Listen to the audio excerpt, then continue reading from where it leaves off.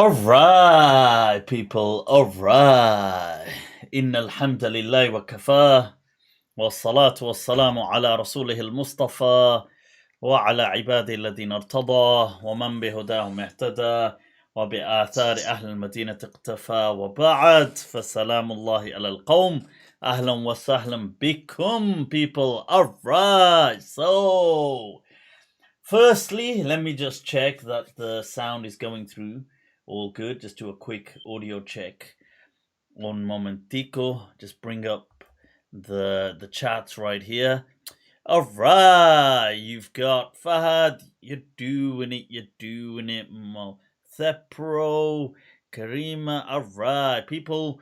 Yep, we need subtitles for your Urdu phrases. Sure. ¿Cómo estás? Muy bien, hermano. Just doing a quick sound check. Just let me know if the feed's coming through. Saliha, Claire, Ayub, you're doing it. Shukran. So I'll let you guys just. Right, where's the? Oh, there it is. So I'm just waiting a confirmation that the sound is all fine. I haven't got this as we can. All right, Rami, you're doing it. People, let me bring before you a profile picture of tonight's epic guest of honor. Allahu Akbar. Look at that, people. Look at that. Right there. You've got the Anaesthetist extraordinaire, people. Right. All right. Right there. That is. It's not it could be. It is a superhero in the making. Somebody who not only has killed the medical profession expertise, but also has clocked the arena of fiqh, of Maliki Fiqh, and teaching. So let's bring him right on. Look, people, Allahu Akbar. Assalamu alaikum, Doc. Ahlan wa sahlan wa marhaban. Assalamu alaikum. Wa alaikum assalam. So thank you very much for having me back on again. It's an absolute pleasure, Doc. It's an absolute pleasure. I'm just going to make sure that people, because, just because of bad experiences, I don't want your wise words to fall on mute ears. These people, Doc, summun bukmun umyun. Right, so let me just check. Can you guys hear? Can you hear Doc and his wise words yet to be uttered coming right through, people? Yes, I can utter all wise words. हिकमत की बात हम भी कर सकते हैं, जुगली की बात भी हम कर सकते हैं. वाह, क्या बात है यार, क्या बात है. So ये सब बातें करेंगे. We're going to do all of these things. So people, let me just check with the another Maliki. He's doing it right. So I take it you guys can hear us. We can hear him all good. So Doc, कैसे हैं आप? ¿Cómo estás? What's going on? How are you? It's been a while since we've last spoken. Yes, alhamdulillah ala kulli hal is what I would say. It's probably been about 6 months since we actually hooked up ourselves in the summer of our content, when we could leave our houses and meet other people and not be faced with this lockdown misery. And yeah, it's a year now since you graciously invited me on to talk about this newfangled thing coming from Wuhan, which might have some ramifications, in the world, some kind of virus, you said, and we speculated and we talked about how this could change the world. And let's be honest, it's changed the world. It has. We're not going to be talking of AD and BC. We'll be talking of BC and AC, before Corona and after Corona. Kya baat hai, Doc? Because let's be honest, life is never going to be the same again.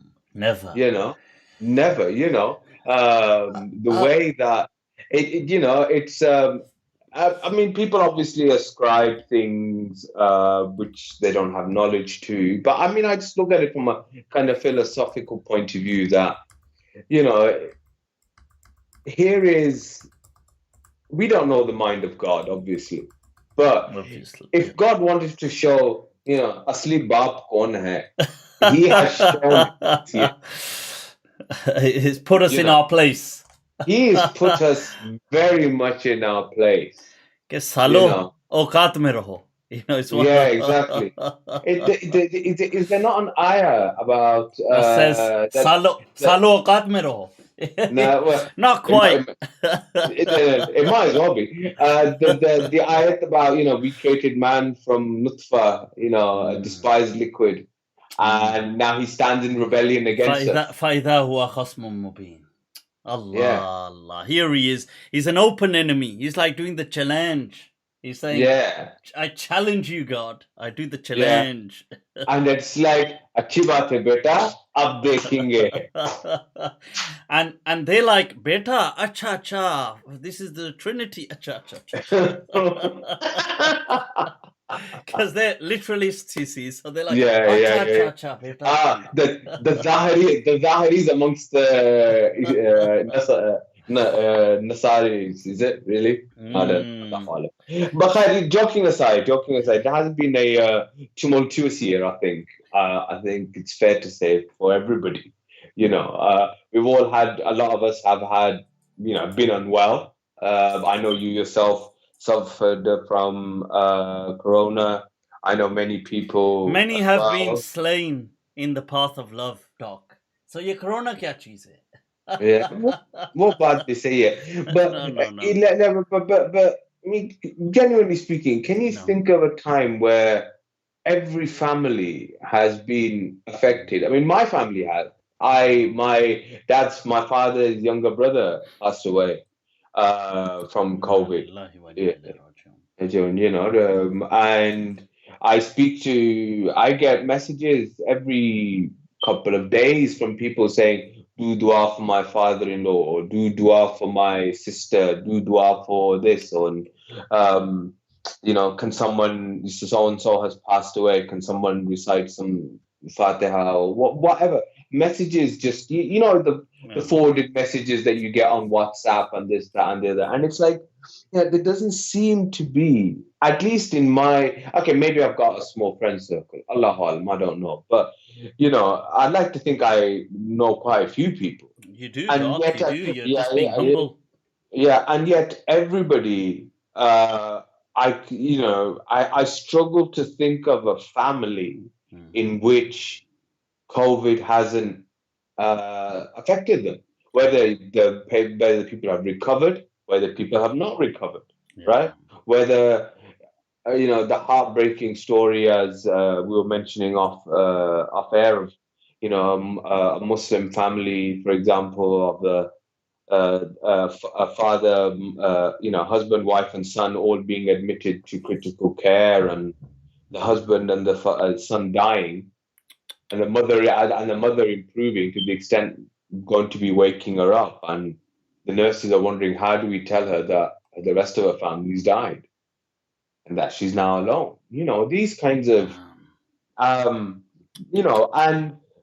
I really feel that whilst we all look at these big figures, 100,000 deaths, 1,000 deaths a day, which I contextualized it to someone who couldn't, because once you get past a certain number, you can't it doesn't mean anything, does it? Yeah. After a certain number, it doesn't mean anything. There's a threshold where beyond that, and that's actually a principle in many things. But yeah. And I contextualized it by saying that of all, if you were to add up the victims of all terrorist attacks that have occurred in the last 20 years, whether by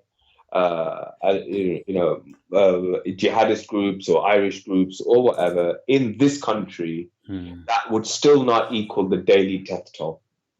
Wow. And when you put it in the context of that, it really kind of it hits you. And I feel that this event isn't just going to have affected the 100,000 people who have obviously left this world, all the 100,000 families, or so, who have been affected, but all the other people around them, one of the reasons why I was a little bit, I don't want to say lukewarm, because you should never be lukewarm when praising Allah, because Allah should always be praised, and we always have thanks to give shukr for. But there's a bit of melancholy when I say it, because I see another disaster coming, or another epidemic coming, and I think what's that, Doc? You mean in terms of a disease, or you mean? I think that we are going to have a epidemic, or whichever phrase you want to put, mass problems with mental health. Right? Yeah. And I think that this is going to affect every strata of society. I mean, forget about the people who've actually had COVID. We're not even talking about them, right? I'm talking about the staff having had to look after them. Whether it's doctors, nurses, carers, things like that. Whether it's people, apparently rates of domestic violence, for example, have gone up during this lockdown period. Whether it's the increased birth rate which has occurred, I'm not sure all of them were planned babies, that have occurred, and the kind of a psychological effect of trying to raise a child when you've got no support from anybody. Say you're a single mother, or you're a new couple. Normally, you'd have your mother or your sisters or your, somebody to come and help you out with this new child. Now you have nobody, right? And frankly, homeschooling, bloody hell. Mufti Saab, I should give you some kind of peership, for the fact that you managed to teach children. What makes you think I'm teaching them? This is the time to. This is the time to put up an ad for like contraception or something. I'll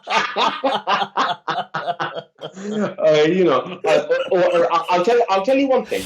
People who make masks, people who are online tutors, right, and nannies, I swear they're gonna be minting it during this lockdown, right?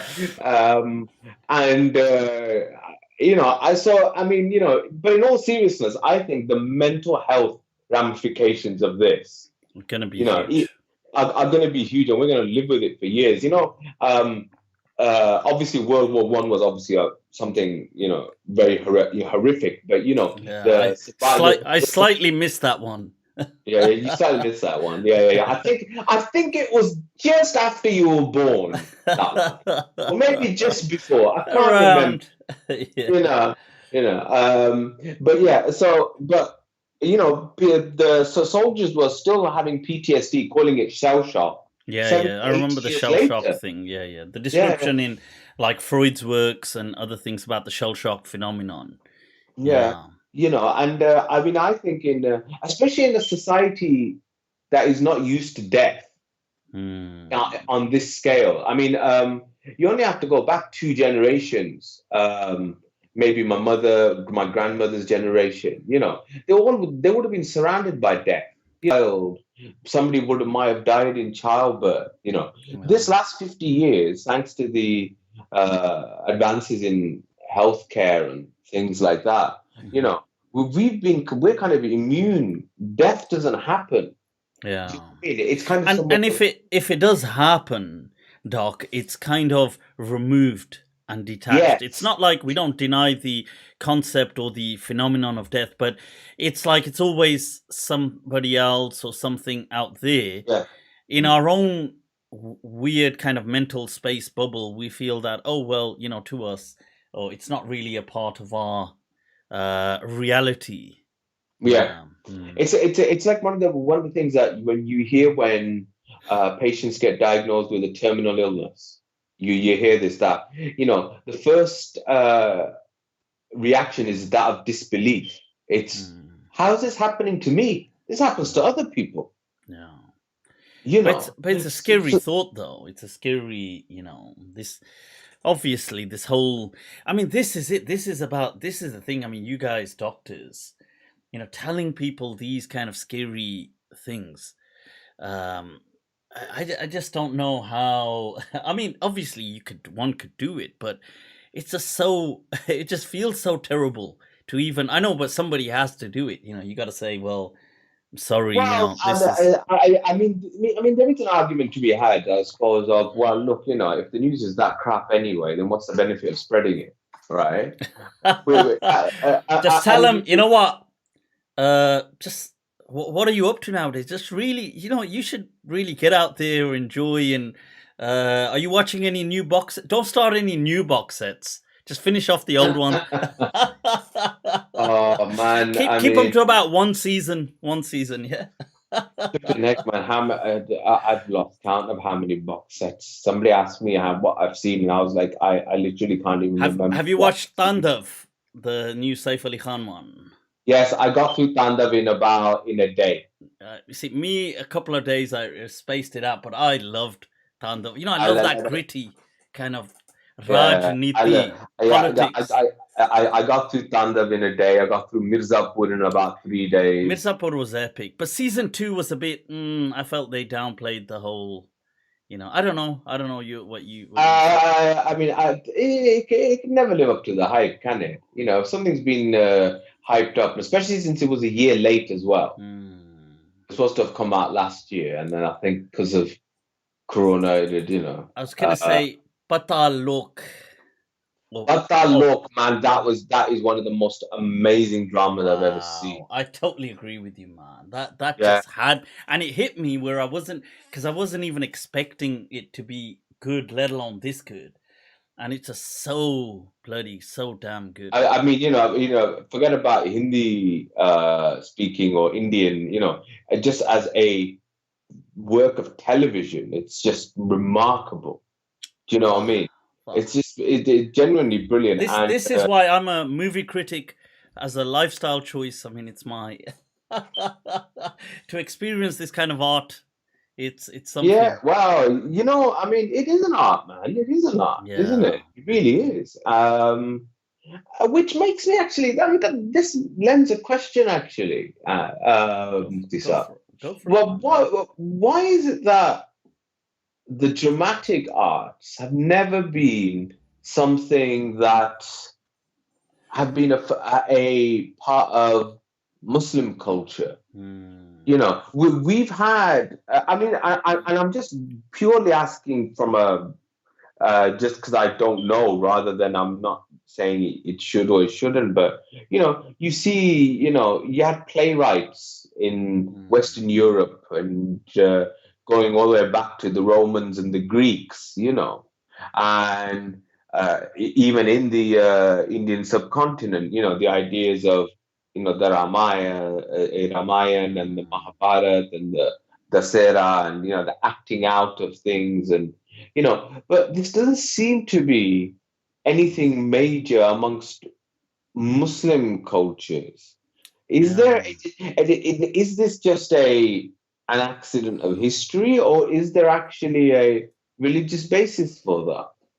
See, that's a fascinating thought, man, Doc, because I was speaking a bit about this the other day, just saying that there are certain things, although not entirely drama, but I was saying that I was saying there are certain things that Muslims seem to have missed the boat on throughout history. And I mentioned like art was one.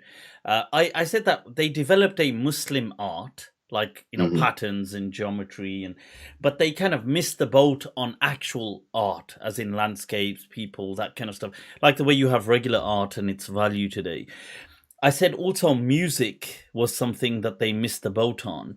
And you're right, actually. This, as an extension or related to arts, the, dramatic or theatrical kind of displays or just theater, it's, and it's not like that Muslims did not have adab. they had, this literature, this a vast plethora of resources. In fact, if you look at the whether it's Majnunu Layla, love Mm. stories of Majnunu Layla, Kuthairu Azza, Jamil Buthaina, all of these very famous Arab, and even from the Desi, whether it's going to be Hir Here Ranja and Ranjha, things like the yeah, Shirin Mahal. yeah, exactly, Farhad, Shireen, and there's going to be all the so many, but yet, even though you've got in if we're going to look at the Indo-Pak in from the Hindu tradition, you're going to have a lot of this, dramatical play, theatrical kind of display, the Ramayana and things like. But Muslims haven't really done this, and it's interesting because is it really a? Because if we say, let's say we said it was based on religion, but then there ought to be some people who were still doing it regardless, like like music and people, even if they felt it's haram, but there'll still be certain people like producing Qawwali, for example. Yeah, Like despite the norm, they fought it and they made their own version. yeah, So you would expect that if it was religious, they came out with their own kind of take on it. yeah. But you're right, they just seem to have just missed the boat I mean, altogether. when it comes to art and music, I think Muslims have contributed. Again,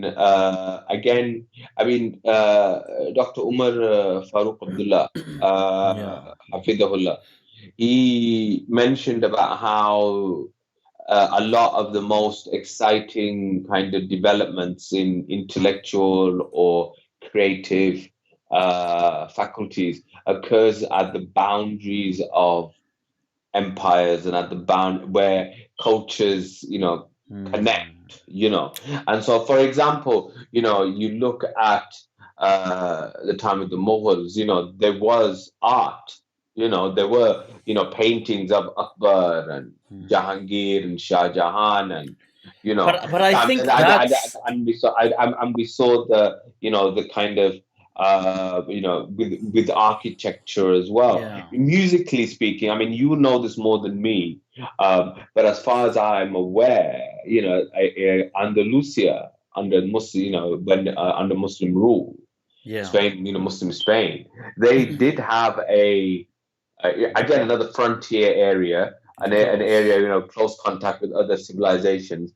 They did Mm. have, there are many polymaths and whatever who came from there who are also musicians, Yeah. who are also, But you see, what I mean is that it's not that the Muslim world, when I say they missed the boat, it's not that they never had this or produced it. Because, like you mentioned, the Andalus, in Andalus, they actually produced they had a particular version of a guitar, which is still found today. It was the old Andalusi, the kind of forerunner to the guitar. It didn't have as many strings. I think it just had three or something. But it and their own music, which you can still find even on YouTube today. I've been trying to share actually since last Monday nights, and over the next two or three, I'll share some Arabic music. So they had something called Mwashahat, which and it was based on a particular rhythm, and you can find it. It's beautiful, and even contemporary Arab singers still sing their songs like Bada Yatathanna. This is a very popular one.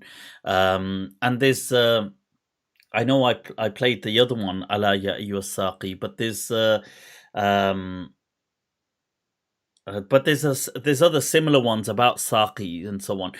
But my point wasn't that they didn't partake at all. So when you mentioned the Mughal art, it was done as a form of prestige for the kings and royalty and stuff yeah. like that. But you see, because as a collective, the society wasn't behind it. So Hmm. it didn't really flourish the way, because it was seen as a kind of taboo. So it was Yeah. there, but whereas if you're going to look at, whether it's Florentine art or you're looking at other eras throughout Europe and actual, the part of the Renaissance and all these artists, and their art that moving forward was valued by society, and hence it was kind of like, oh wow, and given these values, and today it's worth millions and millions. And Muslims, they did maybe sublimate that energy into buildings, the Taj Mahal, the Qila, the this, the that, but they didn't also do things like paintings, which would be today, this is the way you've got, whether somebody's going to say this is going to be a Rembrandt, and but here you've got a Mr. I don't know, an Abdul Rahman something, blah blah blah, and it's not like that in that way. So I felt they missed that boat. Yeah, no, I see what you mean. Do you think it could be because art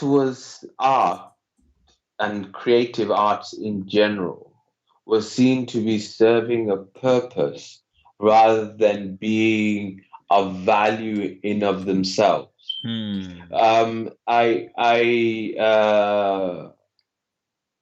I remember reading some English poetry, in which I'm trying to remember the exact verse now, but I mean it basically goes along the lines of कुछ तो पढ़िए कि आज के लोग कहते हैं. that the art is that truth which has become manifest without it being said.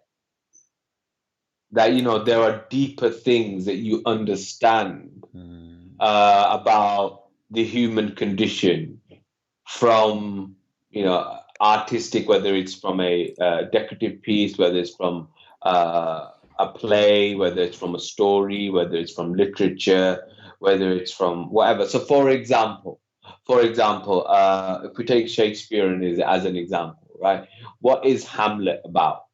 Hamlet isn't really about a guy, pissed off that his Jaja's killed his dad and taking his mom, right? It's about it's an existential crisis of what the heck, what is reality? Am I imagining these things? Is this really happening? What am I supposed to do about it? The whole world is going on as if nothing has happened. There are more fundamental questions about the nature of understanding and the nature of being. Or, for example, again in Shakespeare, Othello. Othello is not really about a black slave becoming king. It's about the destruction of destructive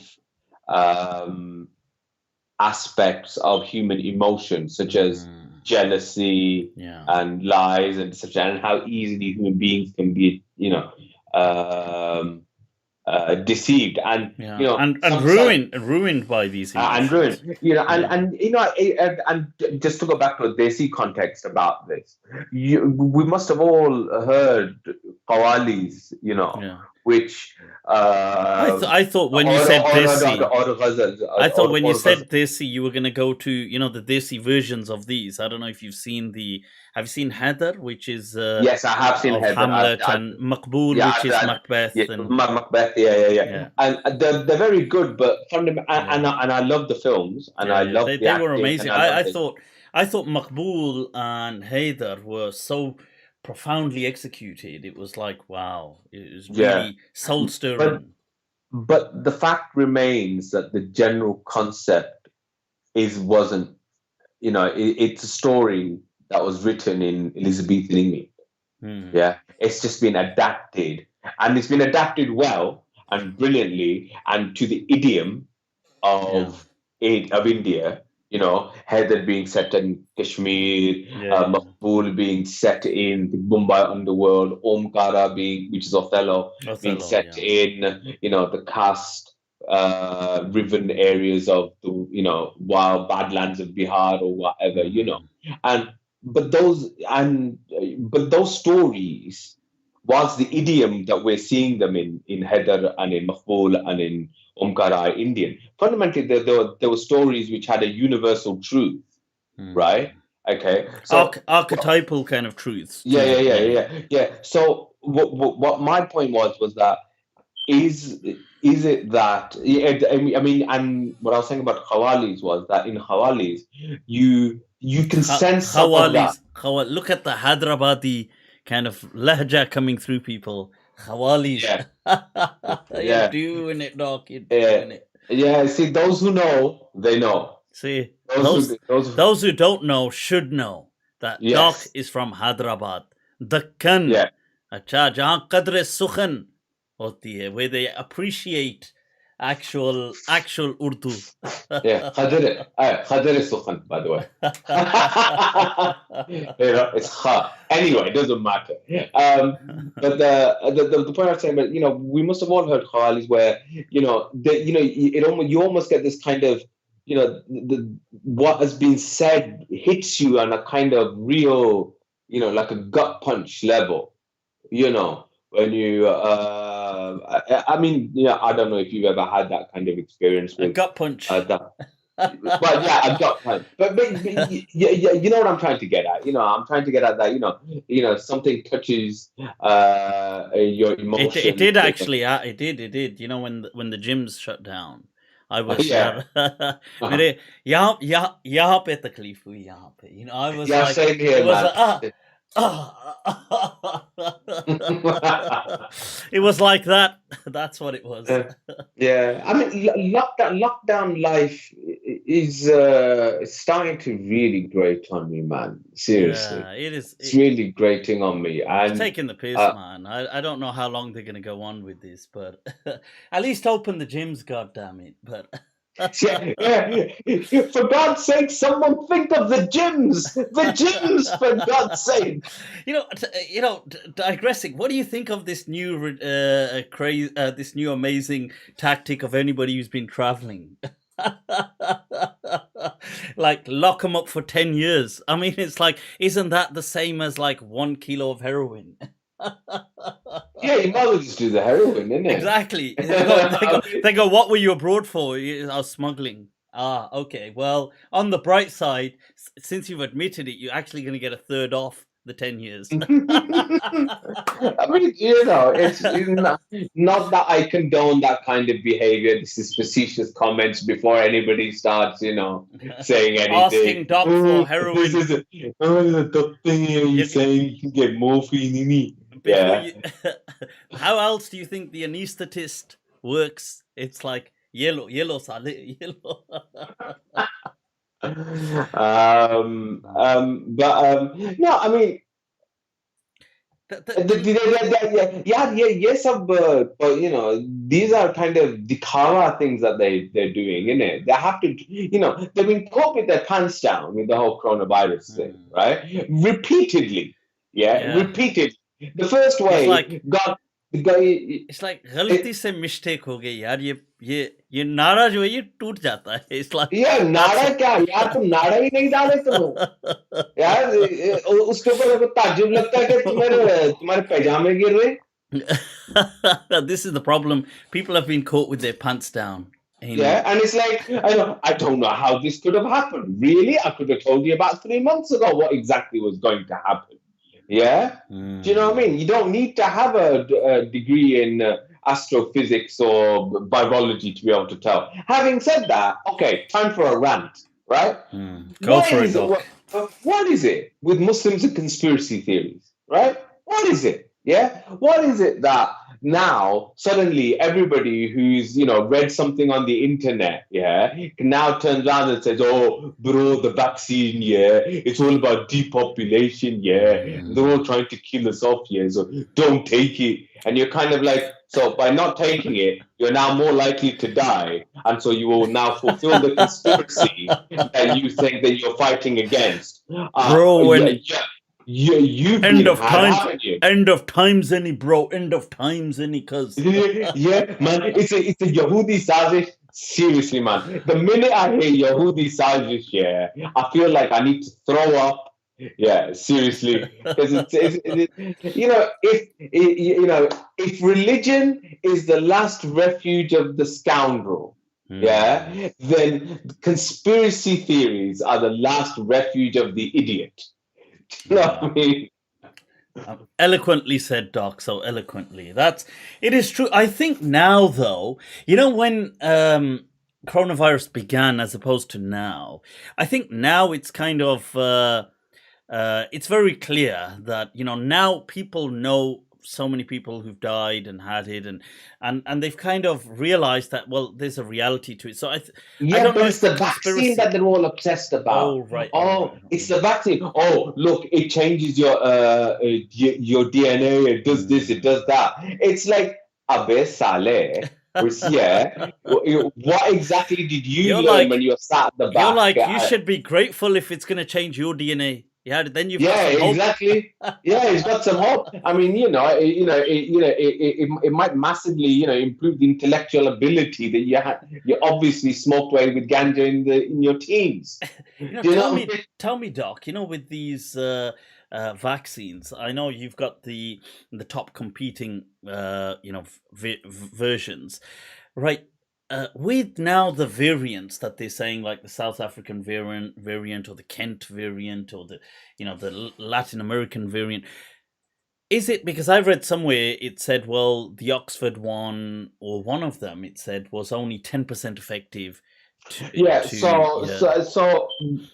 When it comes to the vaccines all have, not all of them, but they all have slightly different methods of action, right? Mm. The Pfizer one, for example, was a messenger RNA vaccine. The Mm. Oxford I always just think of had the, Pfizer for the for the good contribution to. yeah, exactly. But you know what? This has actually been used as a tactic that if you trust it for that, then you should trust it for this. Fair, Yeah. yeah. You can't argue against the Lille. This is what, when they get me with the Lille, I'm like, you know what? Point. Yeah, if the, the if it can keep you up for those things, it can keep you going for life. There yeah, you go. exactly.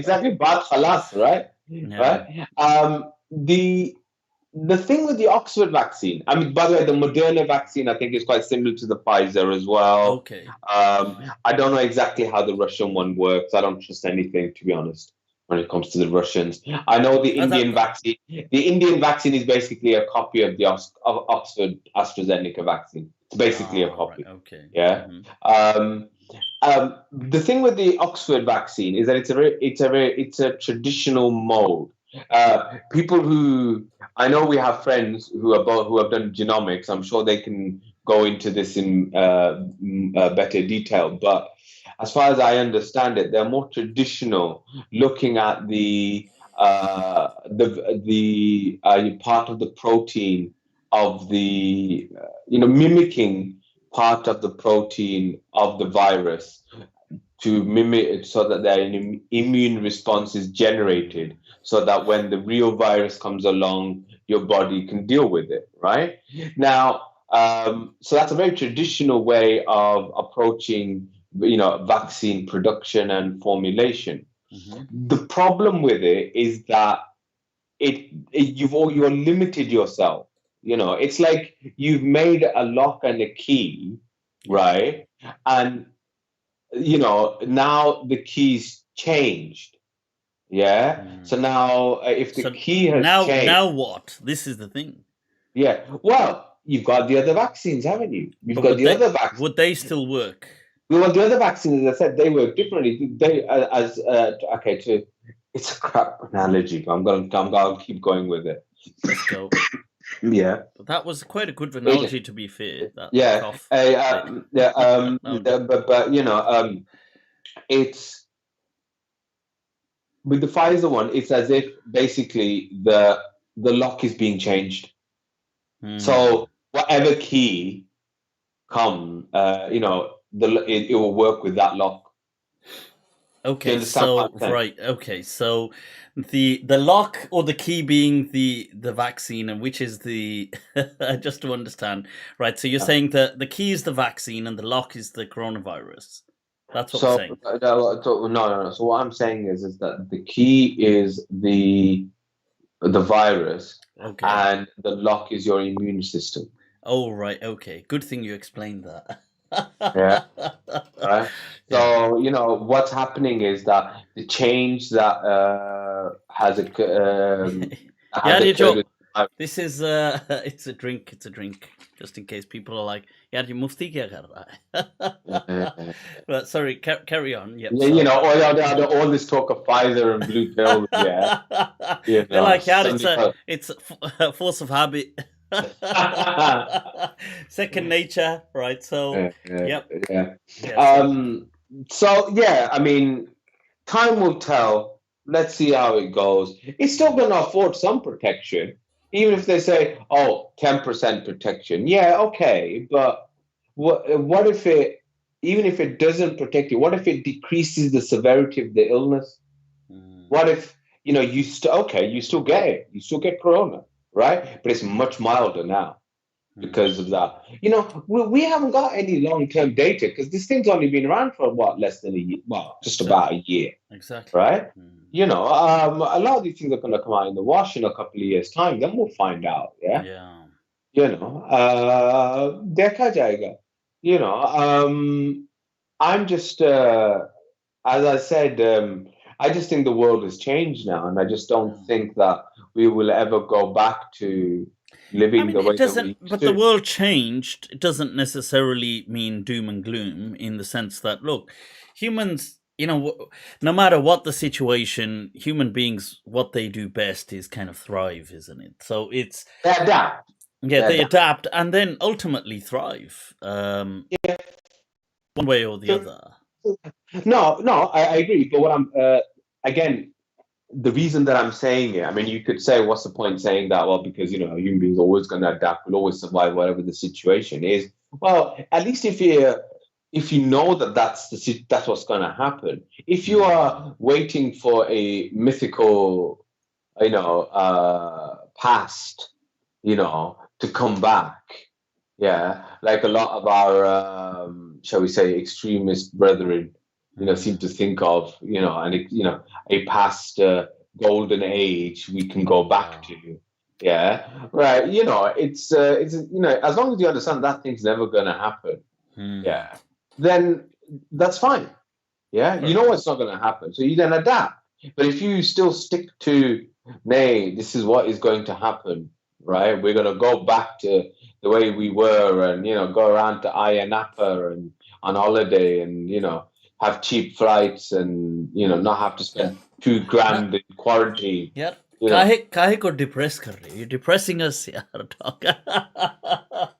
Look, speaking of a glorious past and this kind of romanticized nostalgia, it brings us to some of our brethren folks from the Salafia Da'wah,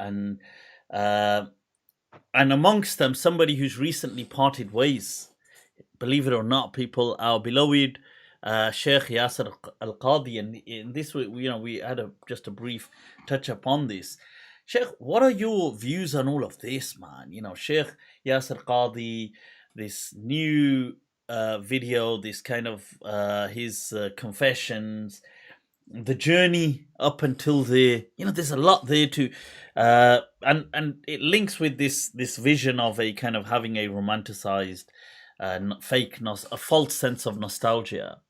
Yeah, I mean that's a good segue. I was actually trying to. I was wondering to myself, how's he going to segue Yasser Qadi into this? Yeah, I thought it was. यार हम घुसा लेंगे यार, कोई बात नहीं. इस fun के आप पुराने हकीम हैं. Yeah, right. So, but no, it's so for those who don't know, which I doubt is many, but for those who don't know, Yasser Qadi was someone who was very active in the Salafi Dawah in the 90s, was someone who studied at Medina University, who did, by his admission, did well. He knew the aqidah that was being taught, the aqidah that was often disparagingly called Wahhabi or Najdi. They referred to it as Salafi or Athari aqidah, for example. And he then moved back to the States, and he's been on a. And just to kind of give a little a subtle point, he's, I believe, one of the first graduates of Medina University to return to the West. Yes, he's amongst the first, if not the first, but amongst the first to do that. I mean, he's amongst the first, and he is definitely the first to have come back with a master's degree. So the other Medina University graduates who came back with, the equivalent of a bachelor's, right? He was the first to come back with a master's, and he had been offered a PhD, but due to the post 9/11 climate, had felt that it would be more beneficial for him to come back to the US, and instead did his PhD at Yale instead, right? Hence Dr. Yasser Qadi. Now, he seems to have gone on a, as we know, both of us, the truth will set you free. Allah, right? Allah. Yeah, and absolutely. That's why my barrister always speaks the truth. Yeah. And you'd rather be broken by the truth than be fixed by a lie. This is something that our teacher has said. Tomato. Yeah. This is something our teacher has said. Sheikh Siddiq Iqbal. And I want we'll come back to Sheikh Siddiq Iqbal. I want to speak a bit about Sheikh Siddiq Iqbal as well later on in the whole. That's a that's a quote from him as well. Mutual teacher, by the way, Dr. Majid Sheikh, and somebody who I speak very highly of. He's a teacher to me as well, and one of the most senior ulama within the UK, although unfortunately very underappreciated. But yeah, so yeah. But anyway, going back to the point. So when he finally actually started like expanding his horizons outside of the Medina library, Medina University library, and started looking at texts, he started seeing that basically they had all been sold a bunch of lies, really. Or if not a bunch of lies, a heavily romanticized version of the Wahhabi movement. Without the romance. Yeah, without the romance. Except they're screwing over the ummah, if that's romantic. Jabran,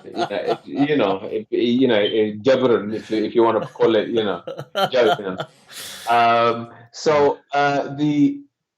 and so he has slowly kind of, and I can imagine it being very difficult for him, because when your livelihood's based on this as well. Propagating this dawah. And you've been like a keen listener to Sheikh Yasser Qadi back from the heydays, coming forward, haven't you? So you're somebody who's really followed his journey along the way. Yeah, I mean, and in a sense, I too have been on that journey. Although, I'm not that I'm giving any props to myself. I came to the same conclusions maybe 5-6 years ago. Or maybe longer actually. When were you doing the Arabic class? When was Arabic? That was the online online. Yeah, the online Arabic. That was what, 2012. 2012. Yeah, 2012. Yeah. It was around that time that I got that realization. Right? Because I remember that time, the whole and learning, switching to Maliki Fiqh and the whole thing. And and so what's happened is that he has realized correctly that yes, there may be a humbly athari aqidah, right, that is more literalist than the Asharis and the Maturidis, and obviously much more than the Mu'tazila, right? But all, definitely with the Asharis and the Maturidis anyway, definitely comes under the realms of Ahl Sunnah wal Jama'ah, right?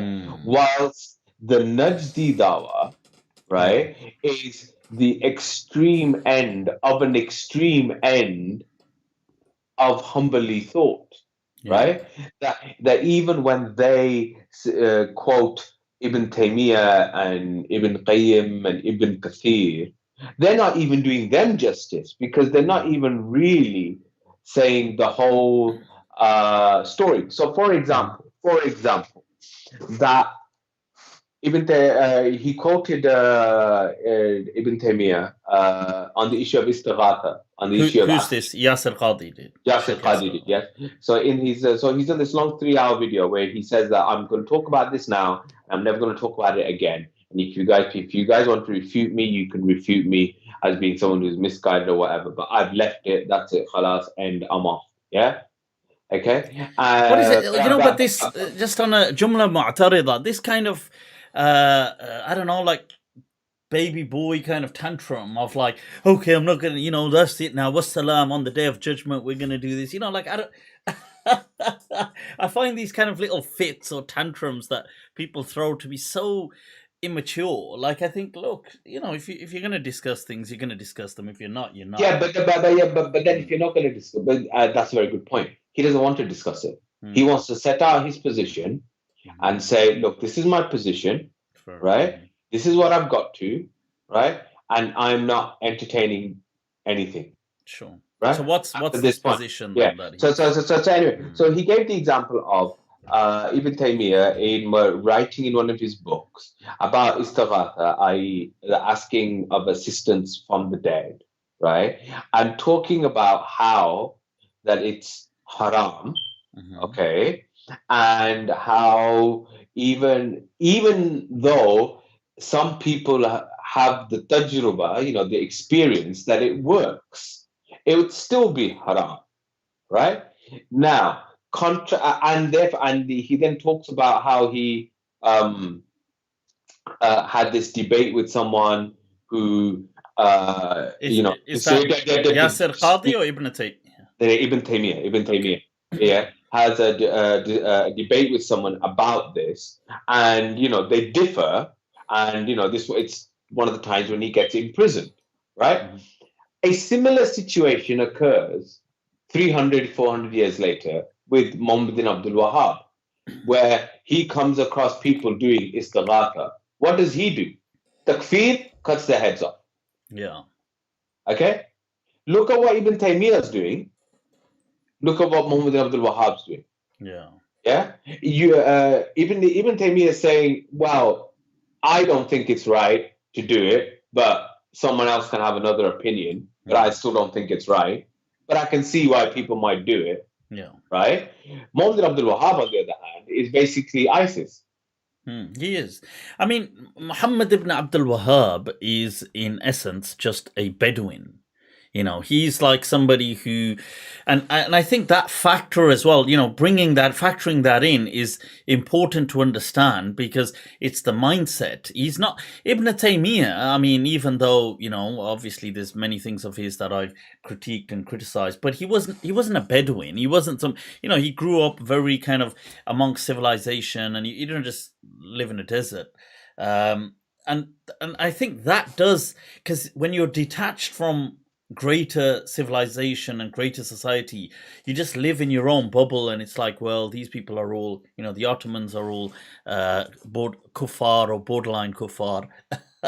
Might as well send them on. I take your point, but my only kind of counter to that would be, wasn't his own father and his own brother, as in Muhammad bin Abdul Wahhab's, ulama in their own right? Yeah, I mean, they were. Even Muhammad ibn Abdul Wahhab was. I'm not saying he was. He knew nothing about Islam. He obviously, in his right, may have felt he was an alim. He did do the studies, like they studied fiqh, they studied all these things, and in their own kind of like a bit of Hanbali fiqh and Hanbali stuff, and they did all of that. And obviously, some may have been more talented than others, but I don't think that was it was removed from that Bedouin kind of lifestyle, like the way in Mauritania, You've got still people live a very Bedouin-esque kind of Yeah, lifestyle, but they still study yeah, a lot. yeah.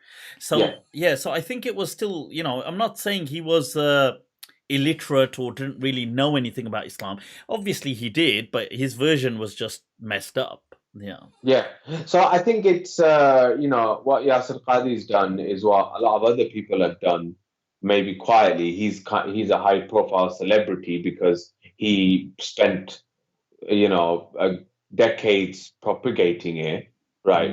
That dawah, but he's now woken up and smelt the coffee, Yeah. and realized what it is, and you can say that if you're going to put these things out there, then you should be prepared for some pushback, and you should be prepared for people to try and discuss and refute, and you can't just say, well, I'm not talking about it, I'm taking my toys and going home.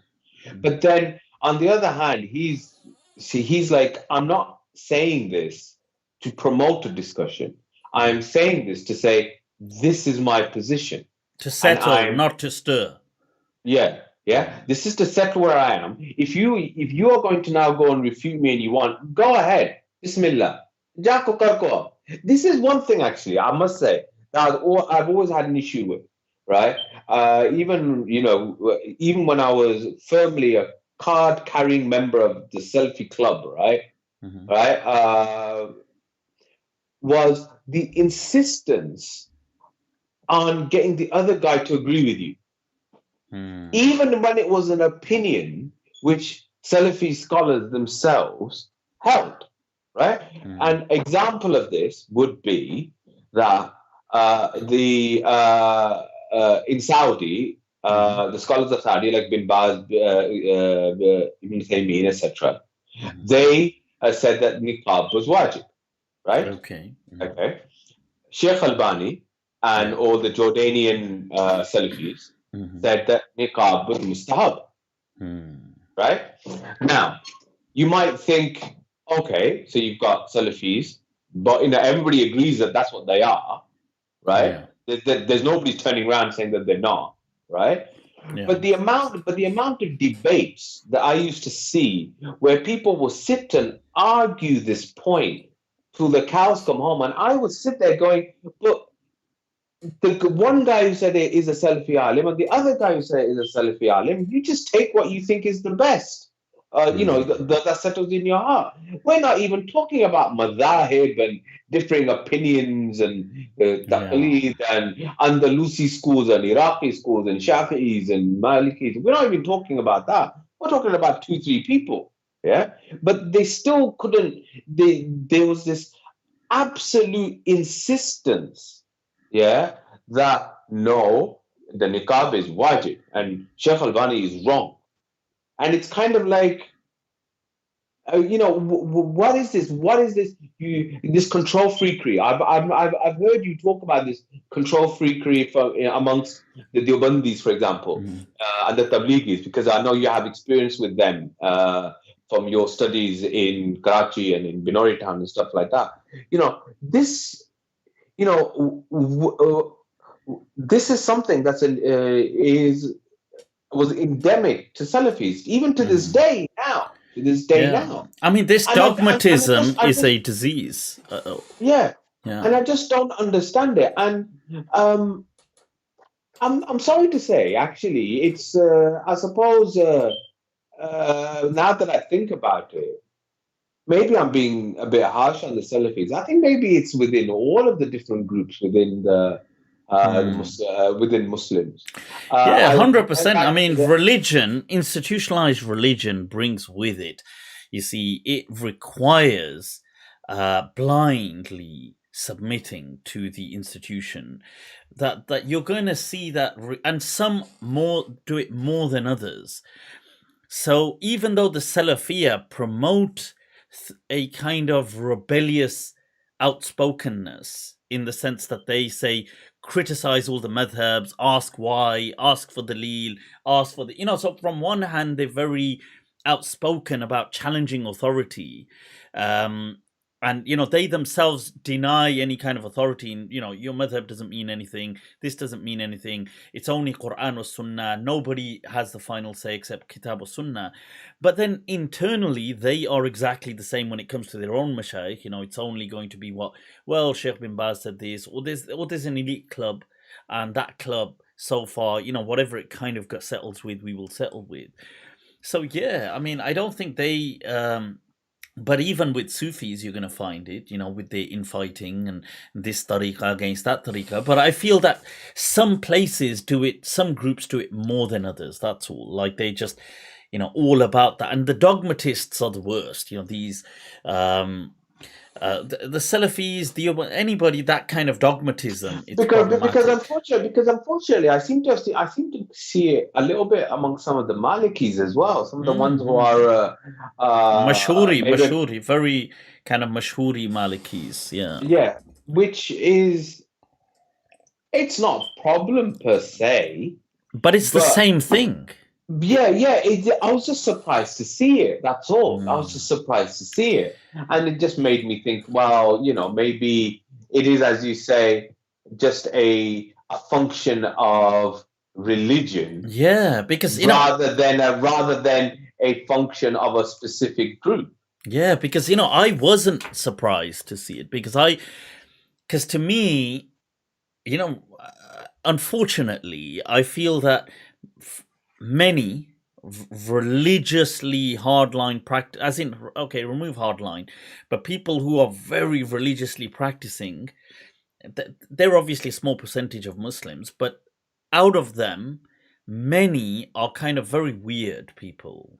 They're not like your socially normal people. They usually have like oddities about them, and they're like socially a bit weird. And so it doesn't surprise me that, you see, institutionalized religion draws to it these people who are a bit socially autistic, because they need rigorous structure in life, and they find that really harsh rules give them that structure. So they find themselves gravitating towards, very clear, this is like, they need to be told, micromanaged. They need to be micromanaged, like on everything. And when they're told, look, so the Maliki madhab, this obviously it's incredibly cool and awesome, but over the centuries, it's been no stranger to institutionalization than any other madhab, and you're going to have these people who just happen to be Maliki today. Let's say, like they're born in the Maliki countries, and even though they have Maliki Fiqh, but they will be that.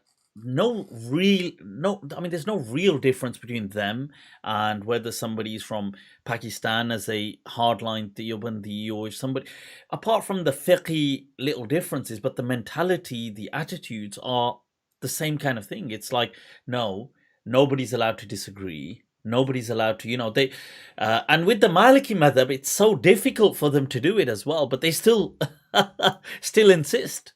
Yeah. No.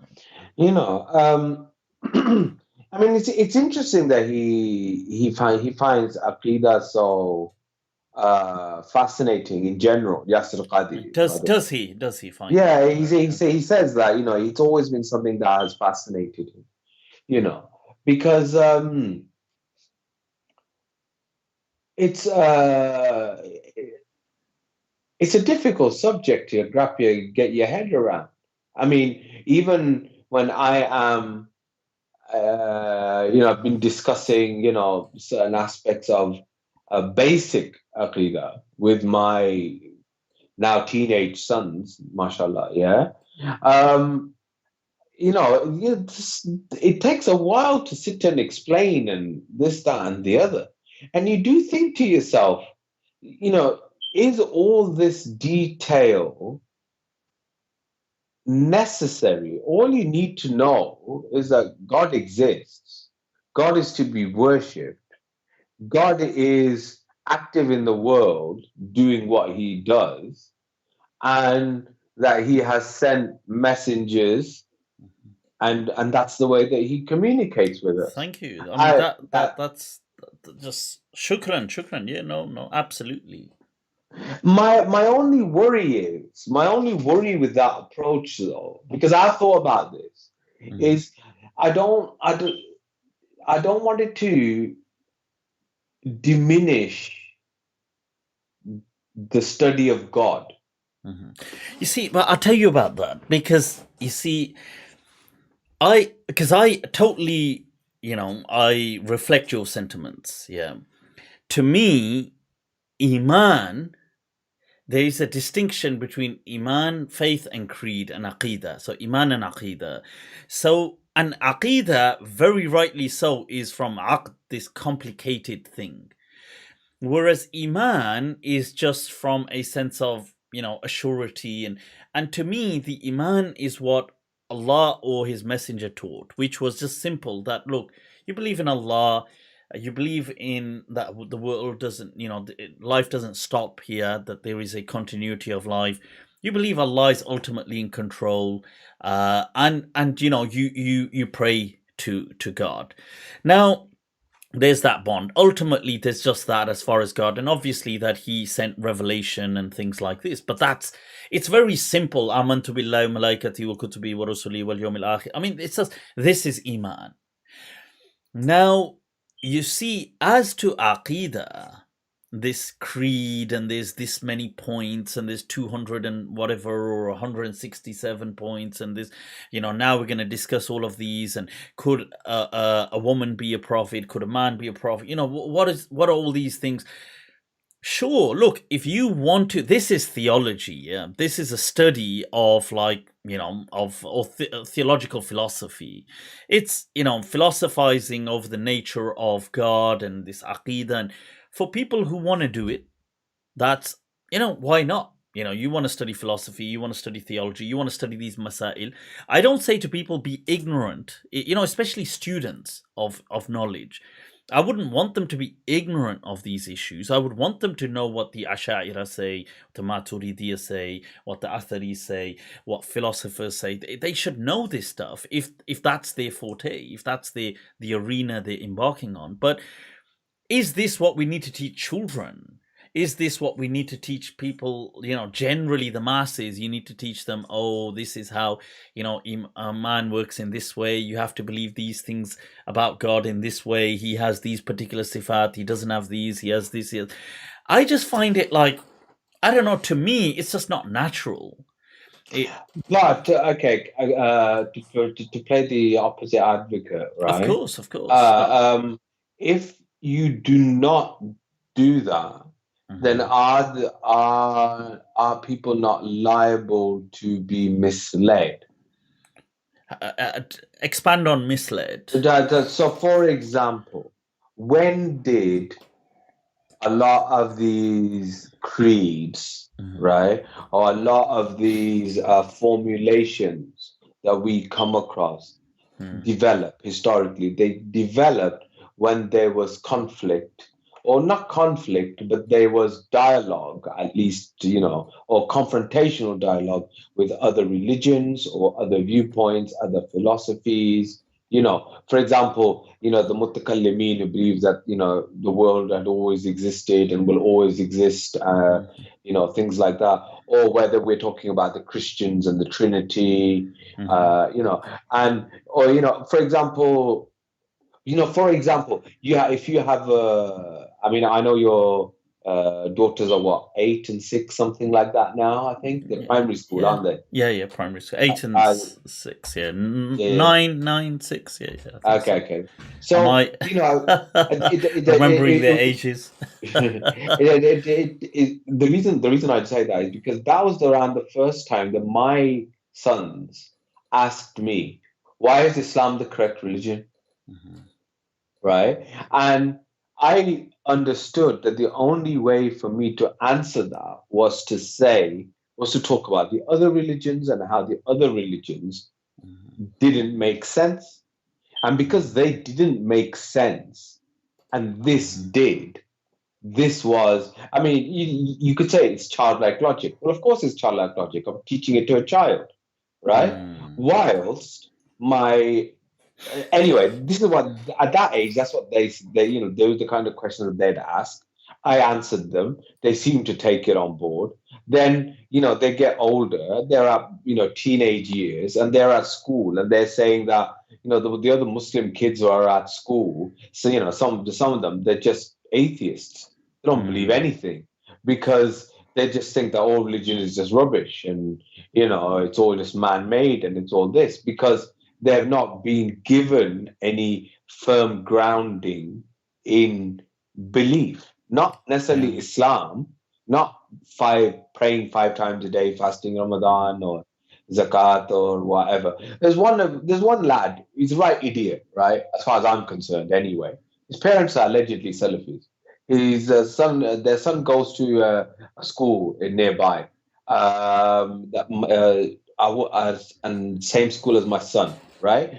And he fasts and he will pray, but when asked, he says, "I don't believe there's a God." Okay, this is the kid, or not the parents? This is the kid, right? The parents have no idea because if the parents, you can imagine what their parents would do if they found that their kid was like that, right? So it's like and become Abu Bakr al-Baghdadi overnight. Yeah, exactly, right? Or at least the chappals would come out, if nothing else.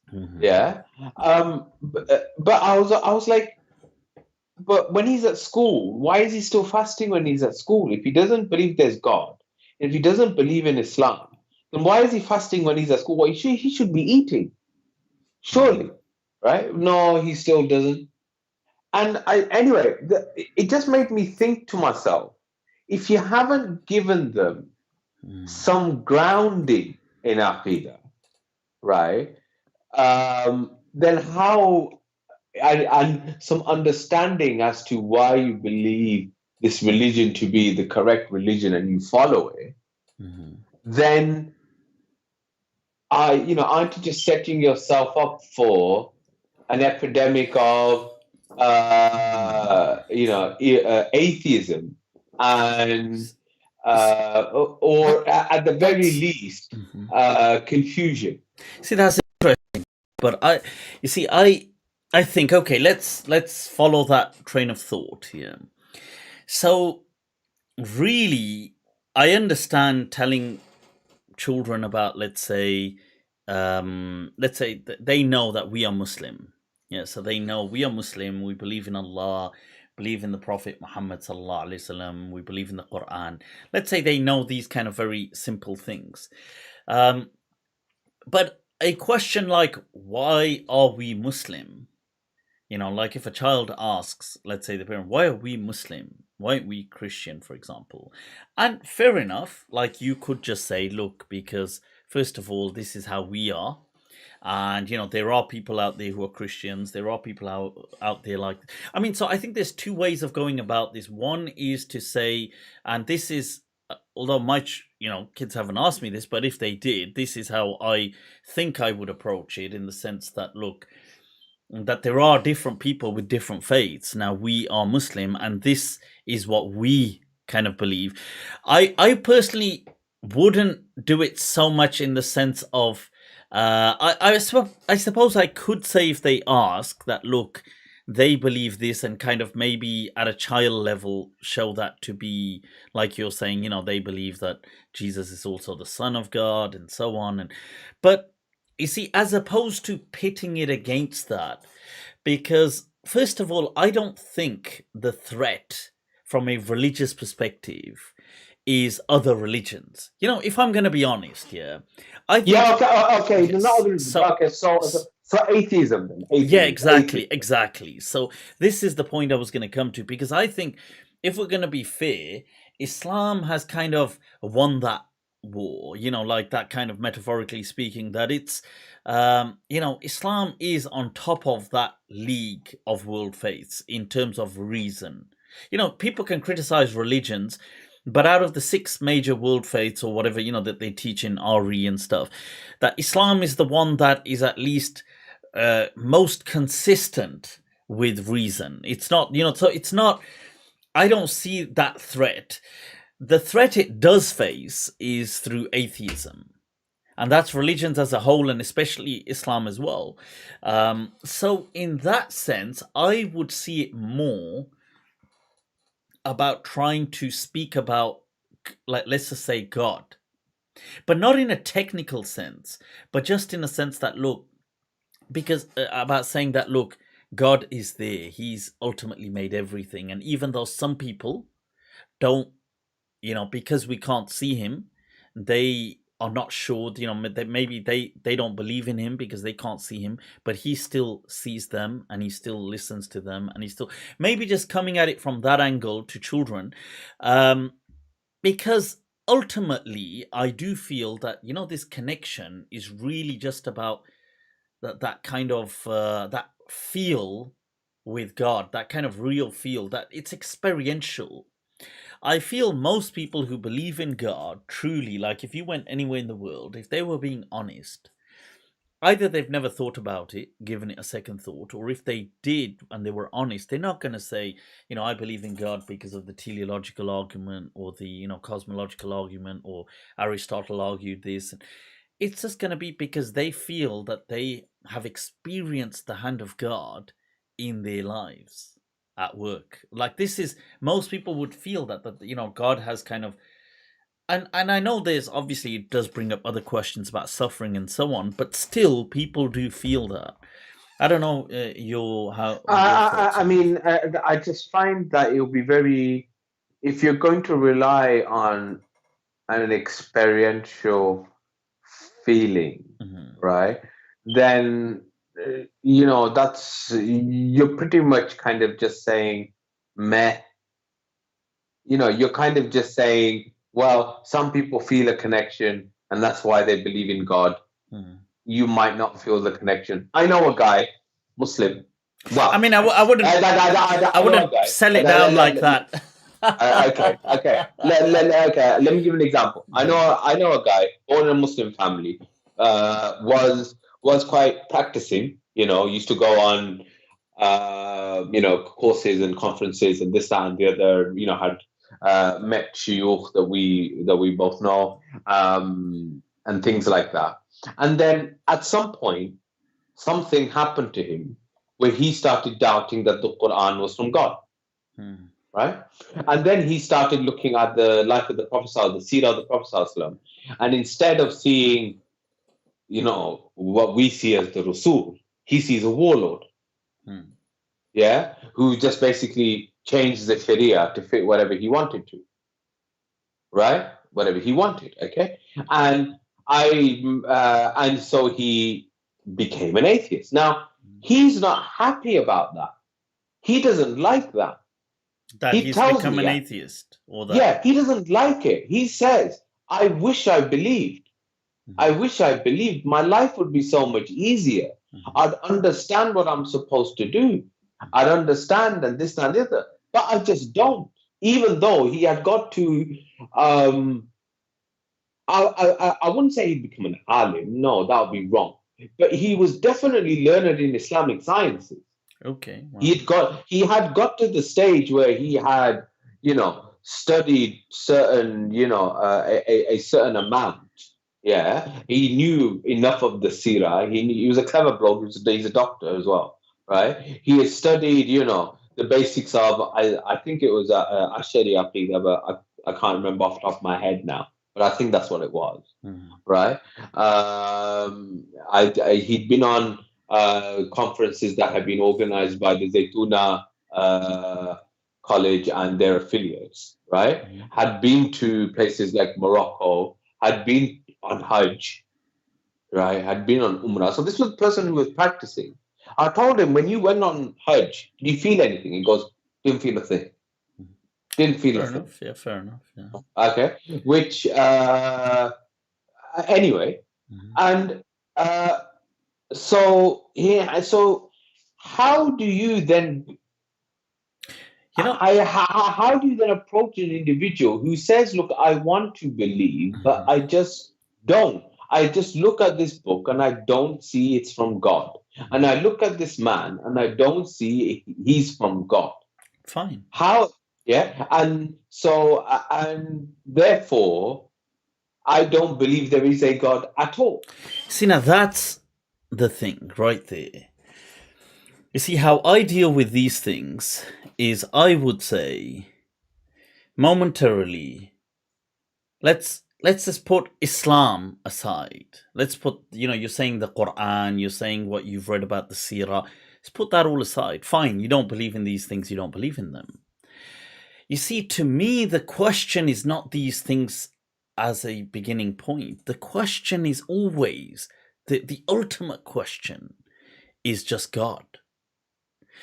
And you will find that, ultimately, most people do not have a problem with God. Most people.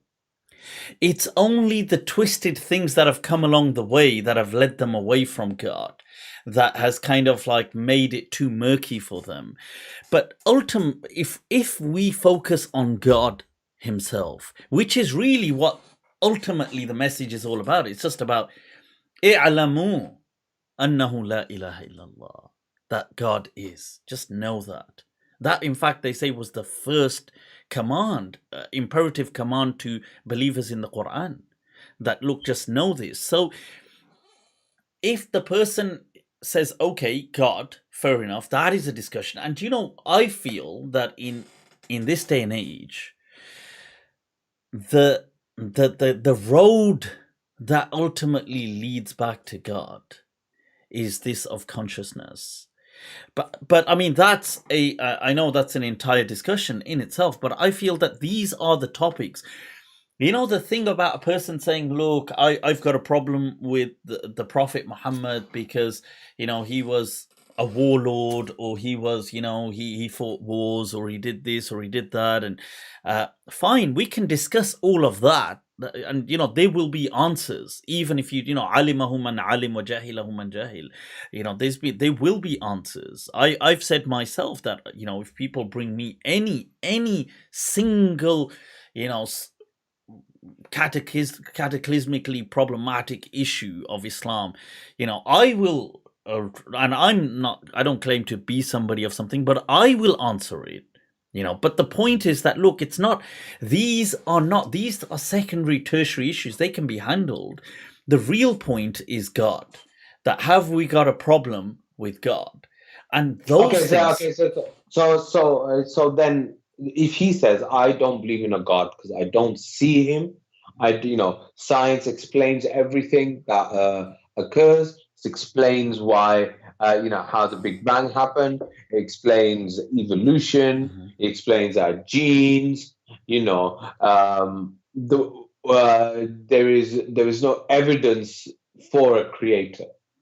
So, okay, that's good now. Now we're on track. We say, okay, now up, buckle down. No, because look, the things you've said now, because first of all, in the back of your mind, one has to understand, is this person ultimately coming from an emotional angle? Or are they ultimately coming from some kind of reasoned angle? If it's emotional, it will be difficult to break through. On many occasions, it needs time for them to heal. Because people who've suffered a tough time in life, or with Muslims, or these kind of things, are, it's sometimes difficult for them. I was just, one moment, I'm just checking. It's no, I just thought that the feed got interrupted, but no, I don't think so. Right, let me just bring. Yeah, so okay, emotional thing aside, we're just looking. So now we're looking at these questions that, let's say, these are genuine. These are the problems. Like you've said, look, there's evolution. Now, first of all, there's no problem with evolution in Islam. But okay, okay, I don't really see that so as a problem. You said, look, there's things like science explains it today. There's DNA. There's genes. There's science has explained all these things, and I don't see God. So from those perspectives, you say, ab maza aayega, this is now we'll enjoy this conversation.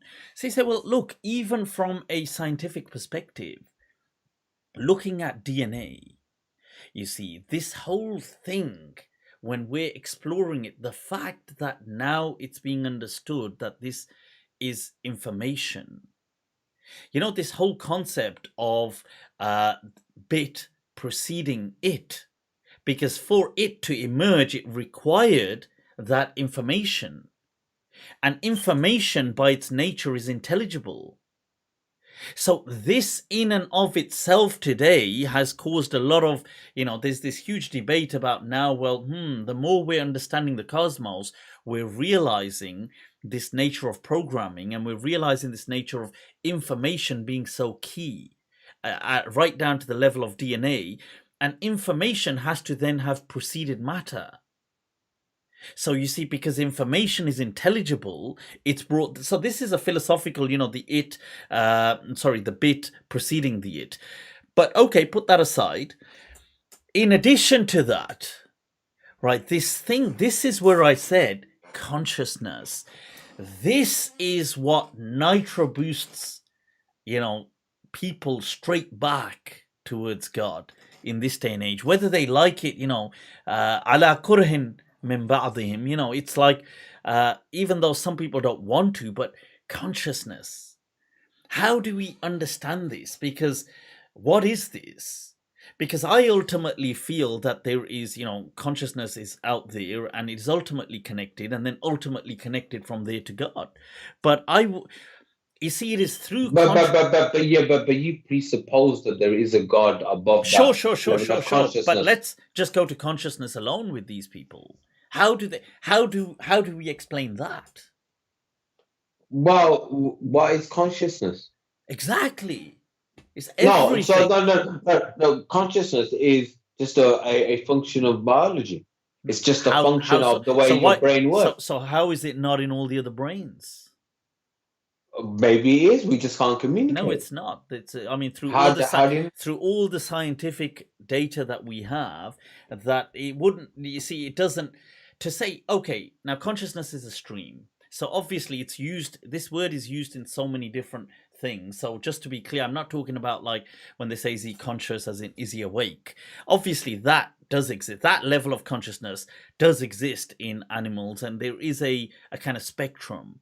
So there's some animals that are self-aware, so elephants and so on. But consciousness to our level, where we can understand the concept of self, and we can see this whole thing of where we can look into the future, where we can philosophize, this does not exist in any of the species. In fact, there's some debate now recently, was there a low level of consciousness, as in lower than us but higher than primates in Neanderthals? But generally they don't even feel in any other hominin species. The concept of art, the concept of appreciation, language, these things are very recent phenomenons with the modern Homo sapien, not with. So that's just a consequence of evolution. We've now just got to that stage. Okay, excellent. Okay, excellent. So when we say it's a consequence of evolution, why so? And how so? Does this, because if you're saying this by chance, right? Okay, so by chance, but with nothing else having received. There are 100 billion galaxies that exist. Yeah. Each of these 100 billion galaxies has 100 million exactly stars, and we only know that. And of each of these, there are multiple planets. So therefore, it is statistically possible that these conditions can occur spontaneously, and that's what's happened here. Exactly. That is my point, that look, we know these things only because we're conscious. These statistics, these things you're saying. What is consciousness? This argument that consciousness is just in the brain. Scientifically, we cannot prove that till date. They cannot prove it. There are no neural correlates of consciousness in the brain, despite having made huge advances in. Then how is it that I make people unconscious with drugs? Yeah. Oh, I'm right. I'm anesthetic. So you see here, people are mixing up something very simply. So this is a handset, and it receives a signal. Yes, so it receives a signal. The signal is not in the handset, but by the signal, it can do many things. If I remove the battery, or if I put it on low power mode or aeroplane mode, it will not receive the signal and it will go out. But that doesn't mean that the battery was what was providing the signal. So in a very similar way, you can do things to the hypothalamus, you can do things to all of this, then, give certain treatments. And so what proof do you have that the signal is coming? Right, no, people are not conscious when you put them under. Okay, fine. Yeah. But when they are conscious, yeah, and you say that consciousness is outside of the human brain, and that we are receivers for a signal, what evidence do you have for that signal? So plenty of evidence. Now, if, for example, there's apart from just the whole philosophizing of it, I've often referred to a book called Life Beyond Consciousness, or I've shown it in my Monday nights. I've got it just over there, by one of the leading cardiologists in the world, Bham.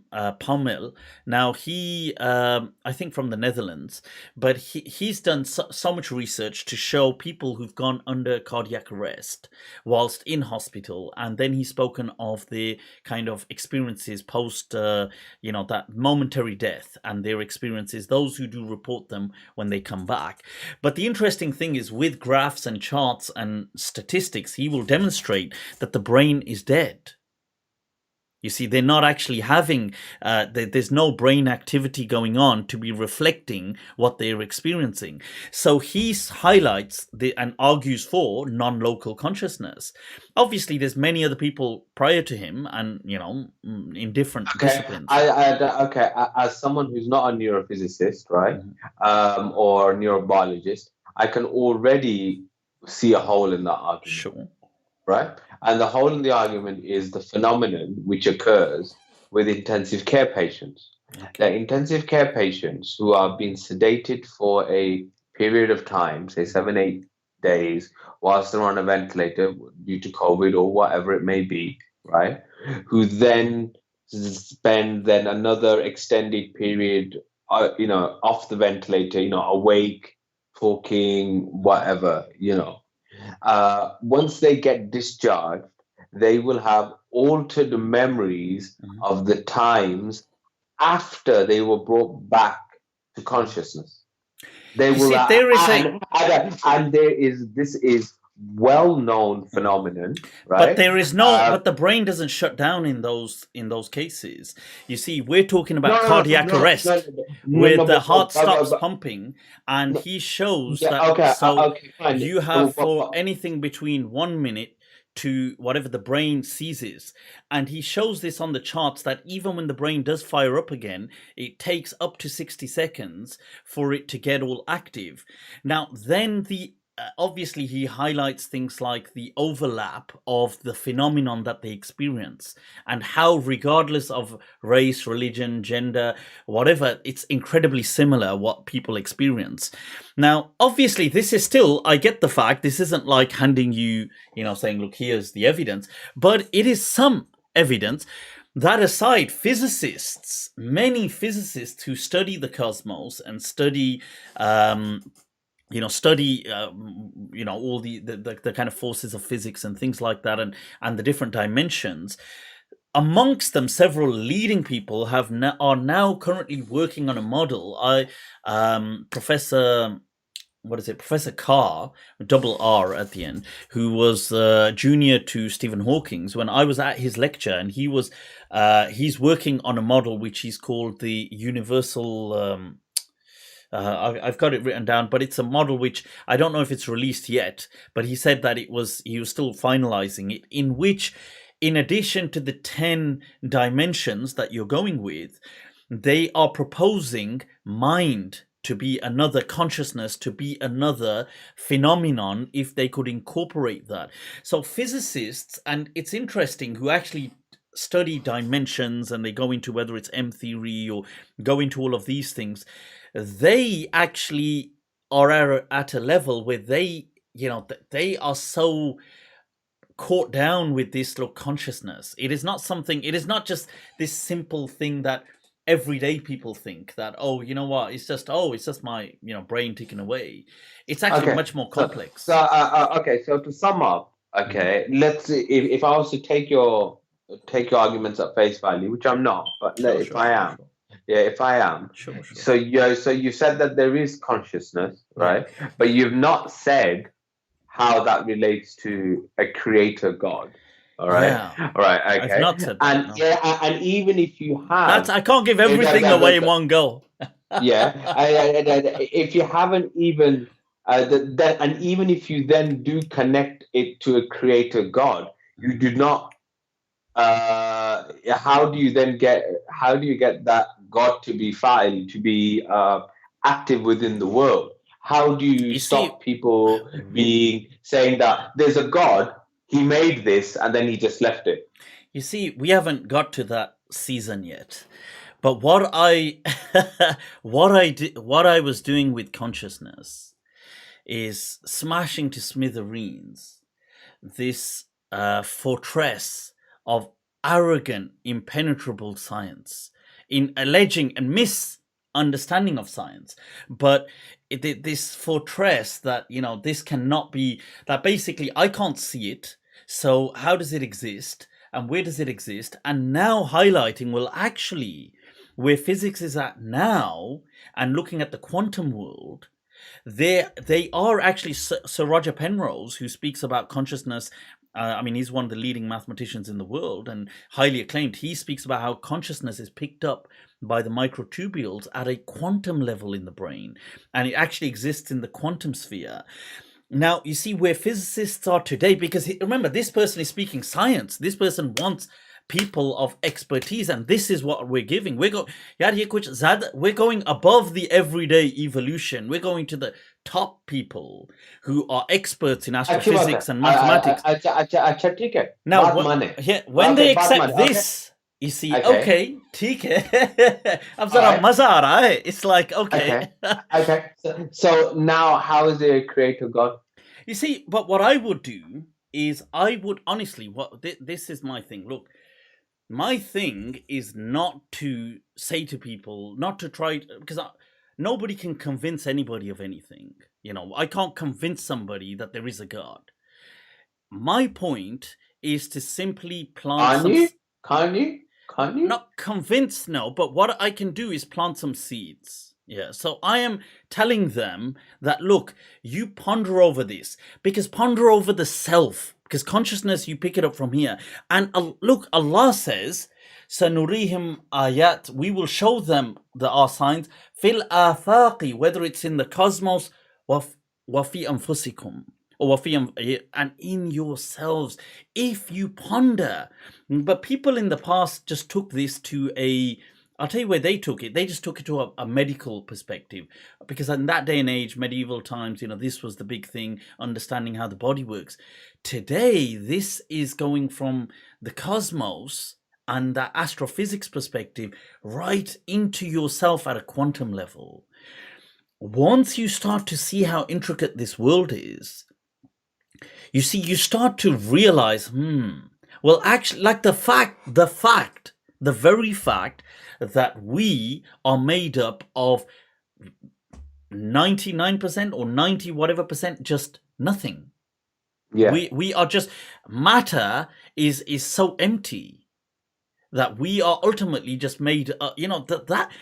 And when people learn these things as a fact from these same people, scientists that they are taking facts from, but it clashes with hard reality. If I tell you you're just 99% nothing, you're not even, you just, and you're like, well, that can't be true. And you're like, well, actually, it is true. This is how atoms work.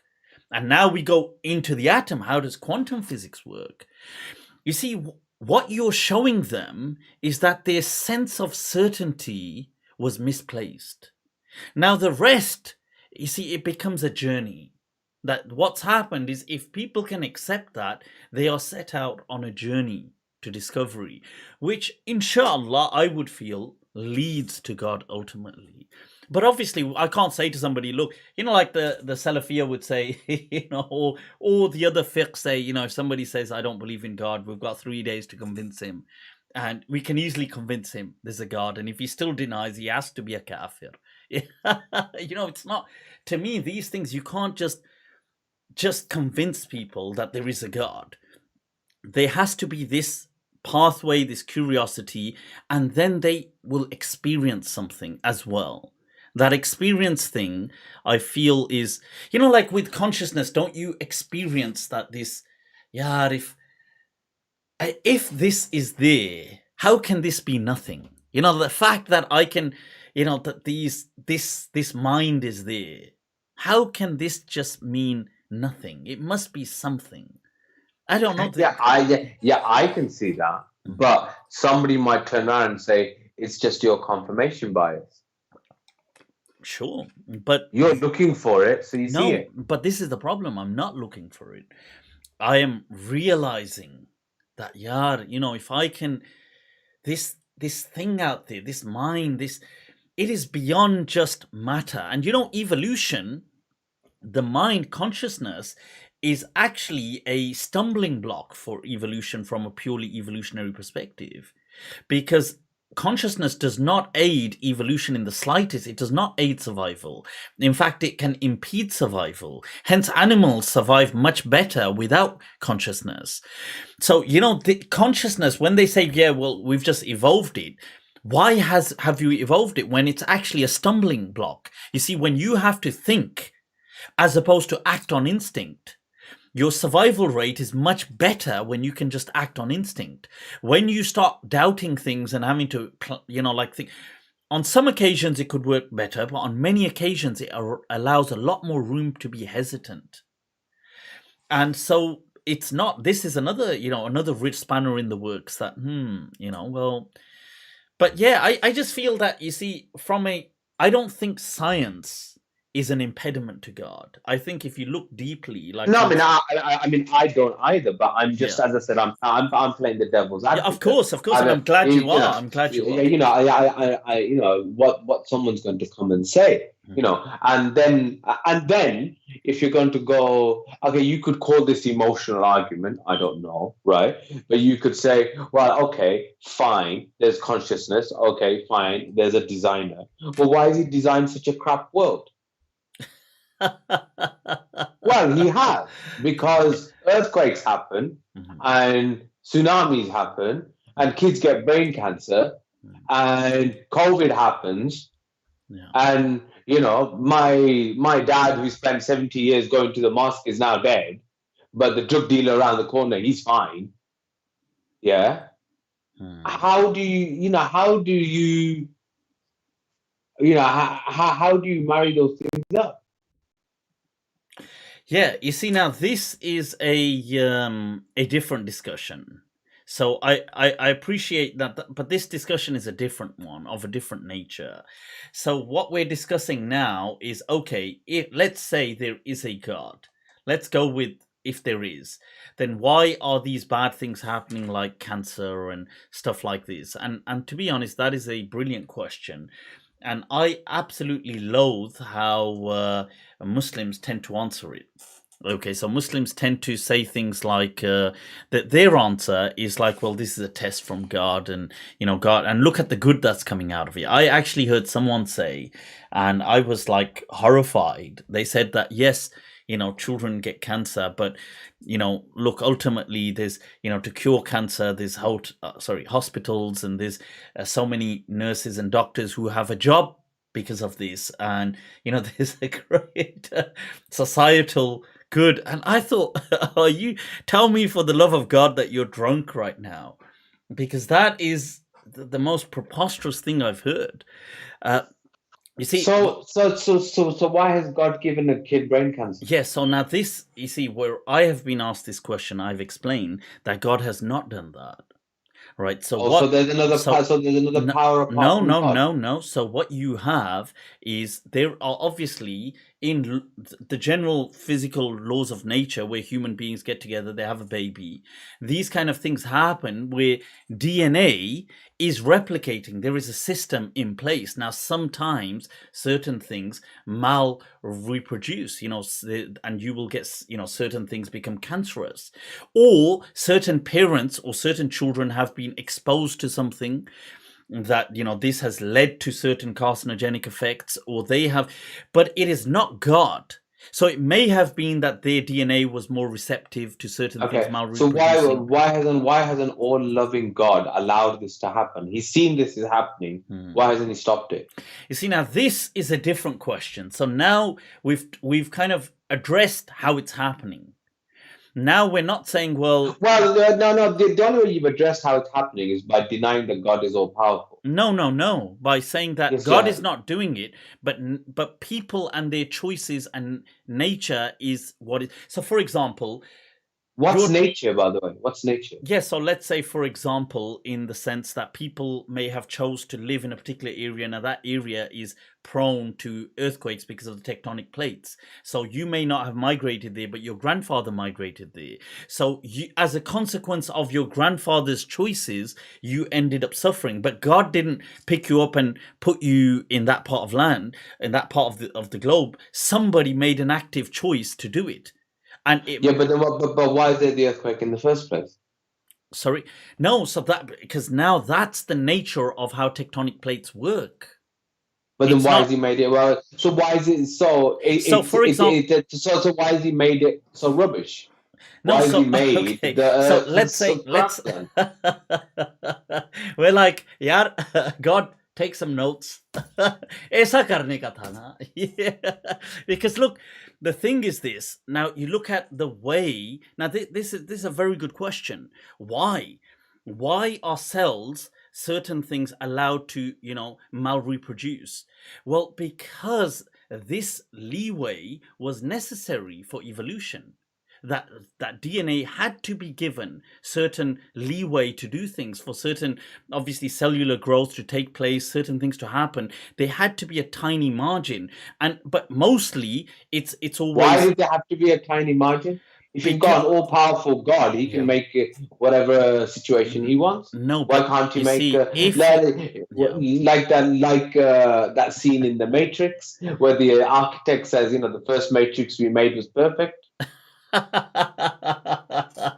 maybe there was a matrix prior to this that was perfect, but you see, if you're going to allow the forces of nature to kind of grow through developmental growth, then there has to be this manner in which it can evolve.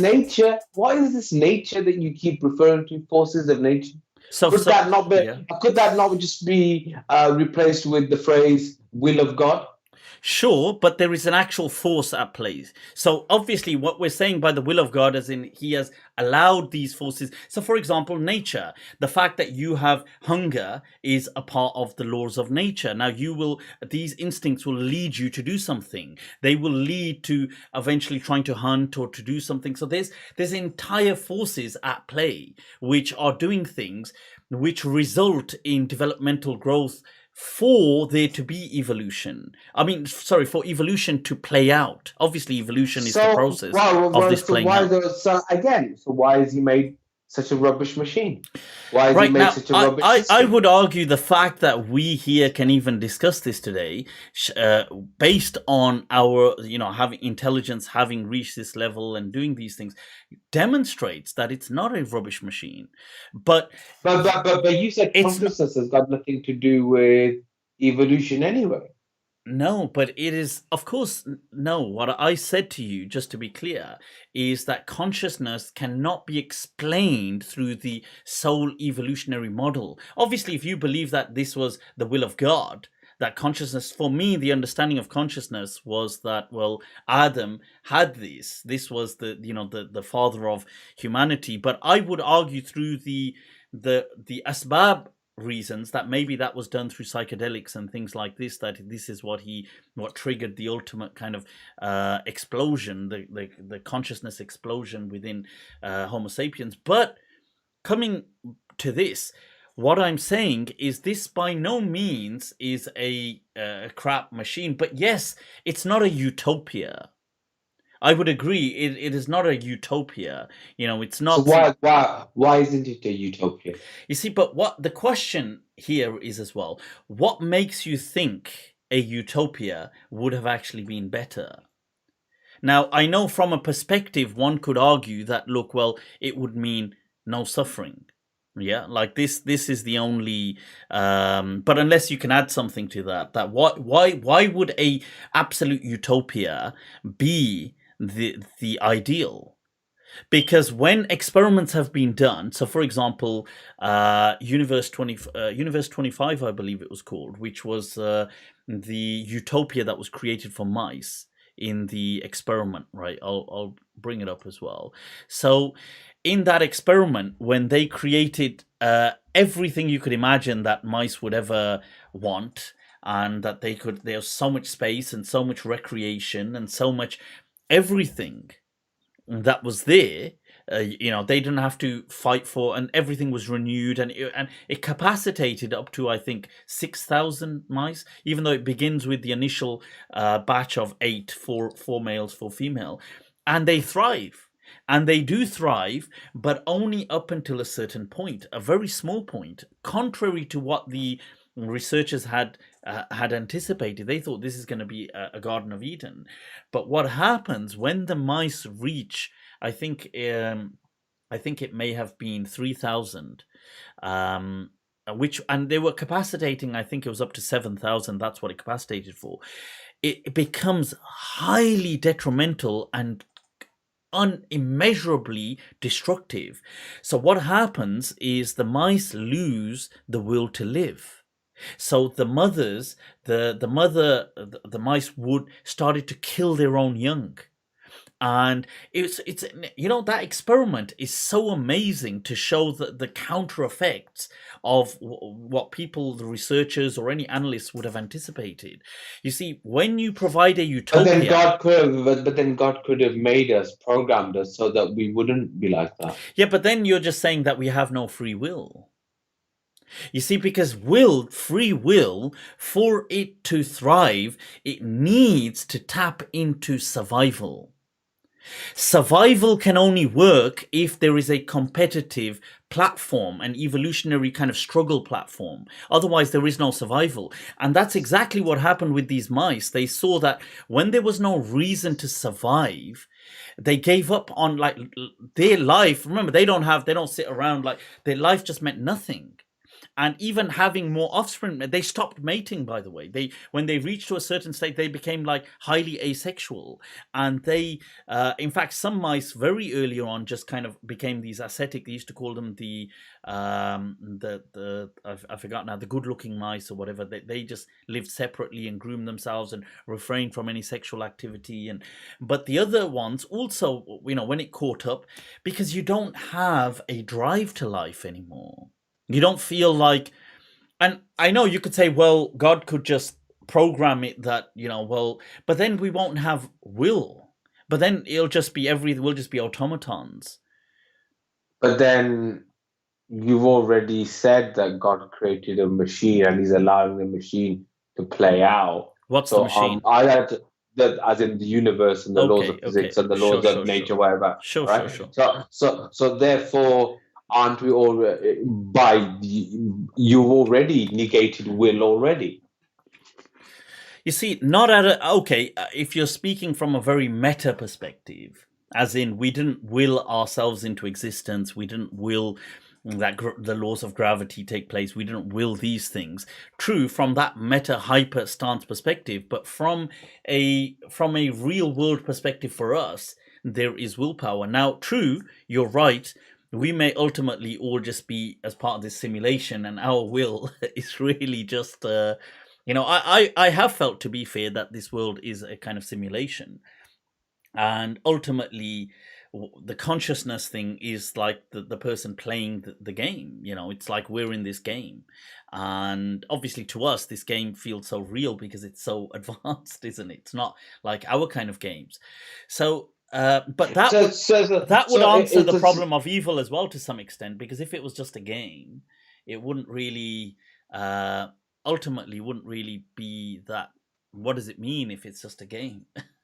And then one could say, well, but doesn't Allah say, innamal hayat dunya la'ibun wa lahu? You guys just never got the message.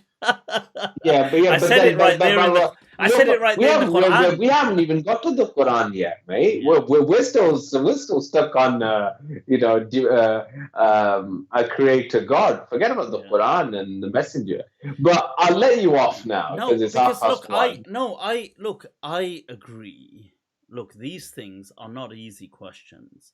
Nobody can ultimately, as in, seal the deal.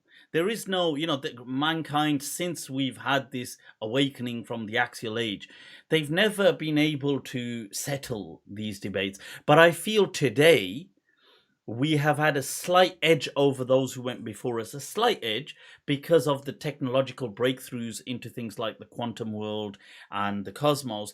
It's given us a more complex nature of reality, even to like simulation theory, people who are, understanding that actually this cosmos is just a simulation based on mathematics. Is that just not human arrogance, though? That every couple of centuries, human beings think they've become enlightened. Like 200 years ago, we had the Enlightenment. Then 400 years ago, we had the Renaissance. And then 100 years before that, there was the Reformation. What's that share in Urdu? जिस तख्त पर तुम बैठे हैं तुम्हारे पहले भी उस पर ही यकीन था कि उन्हें भी खुदा था. I can't remember the exact rhyme. But the thing, Sure. I mean, it could, you see, it could be that today we are basing our things on certain things which in coming generations they will repeal and think, well,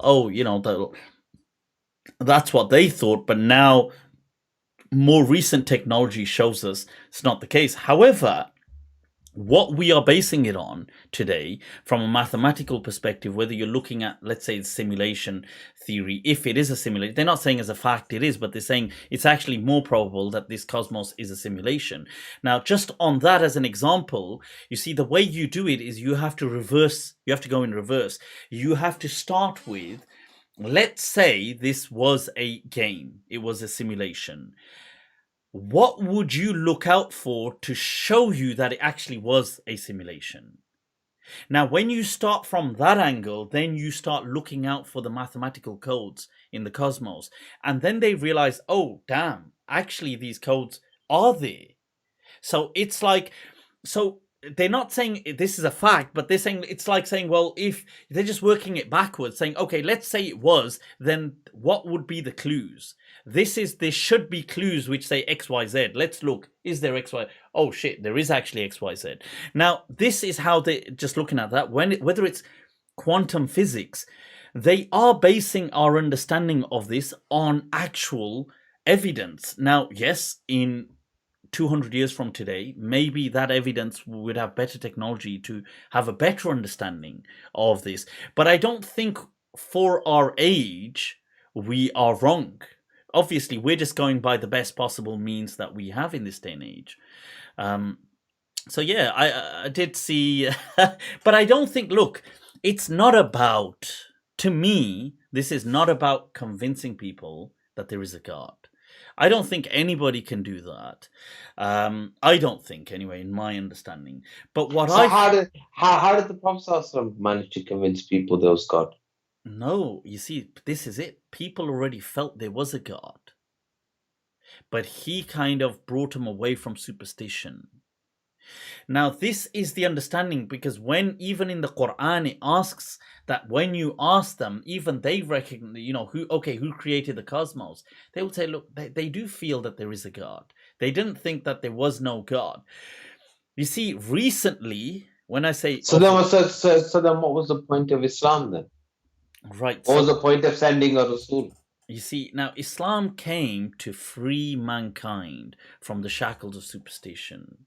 Okay, fine. Okay. Now that's. I know how that argument's going to go. Okay, fine. Sure. Fair enough. So okay, look. Okay. Let me go back one step. Okay, sure. Why does a Rasul need to be sent by the Creator God, to people who already believe in Him?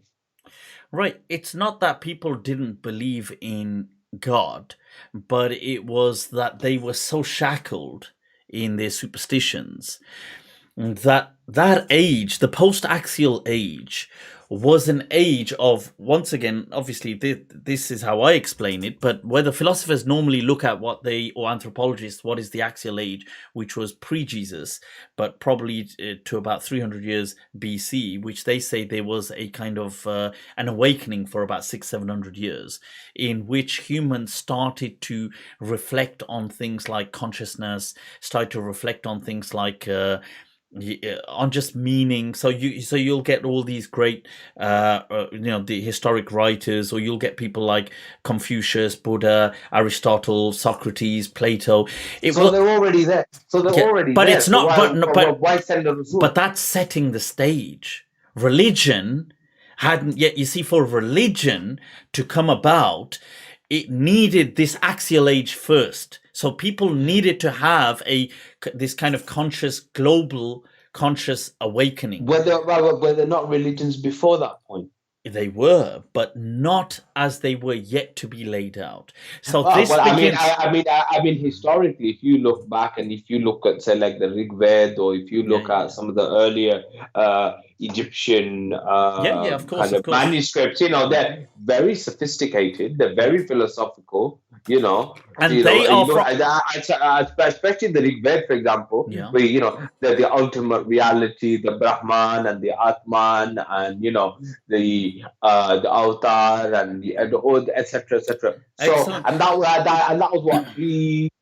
was what 2000 BC. So exactly. Religion already existed. But that age is the post-axial age, when religion started to emerge. How is it the post-axial age? Because it's before the time that you've just mentioned. No, because I said the axial age, they say, is about 300 BC.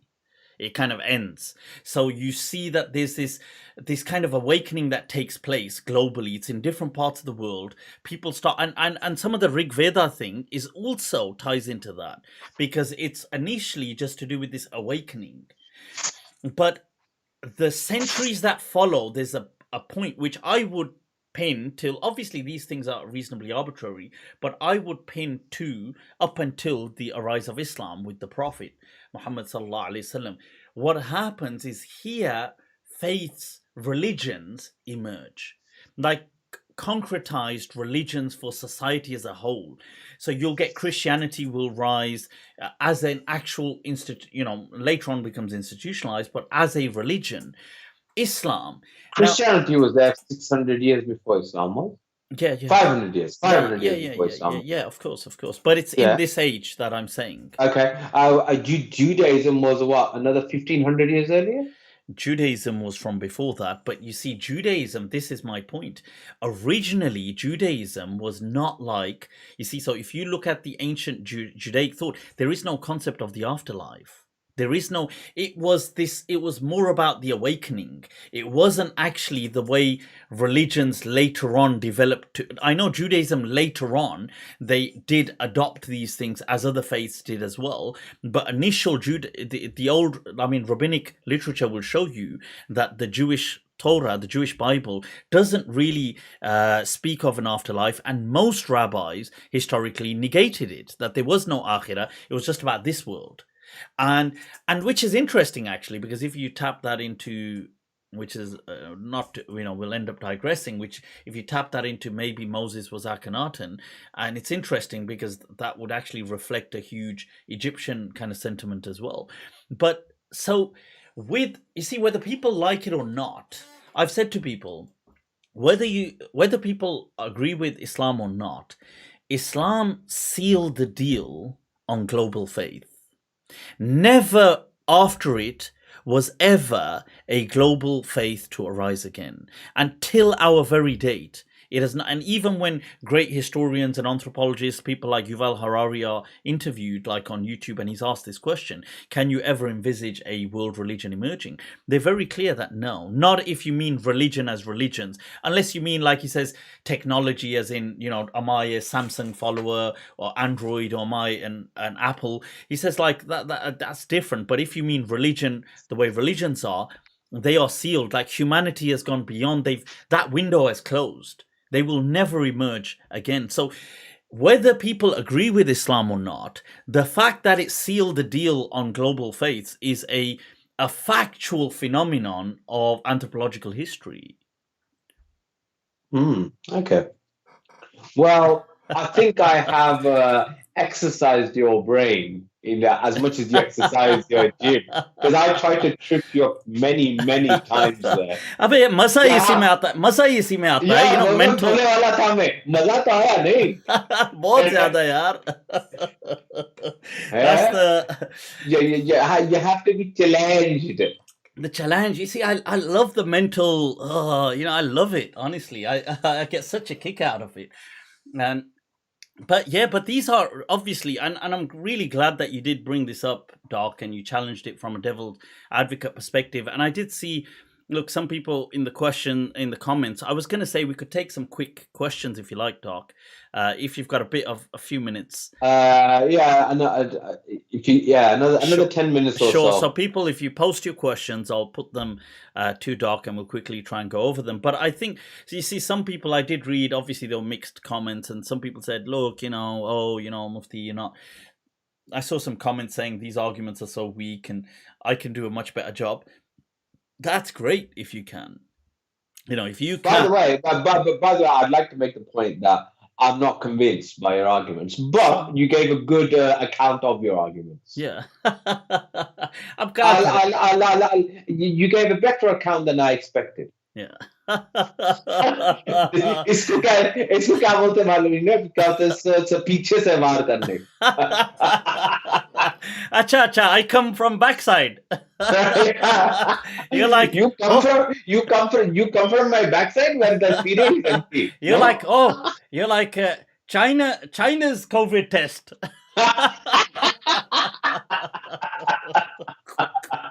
Right. So, yeah, I mean, but you see, somebody had said, look, you know, we could do a better job. And I think that's great if you can.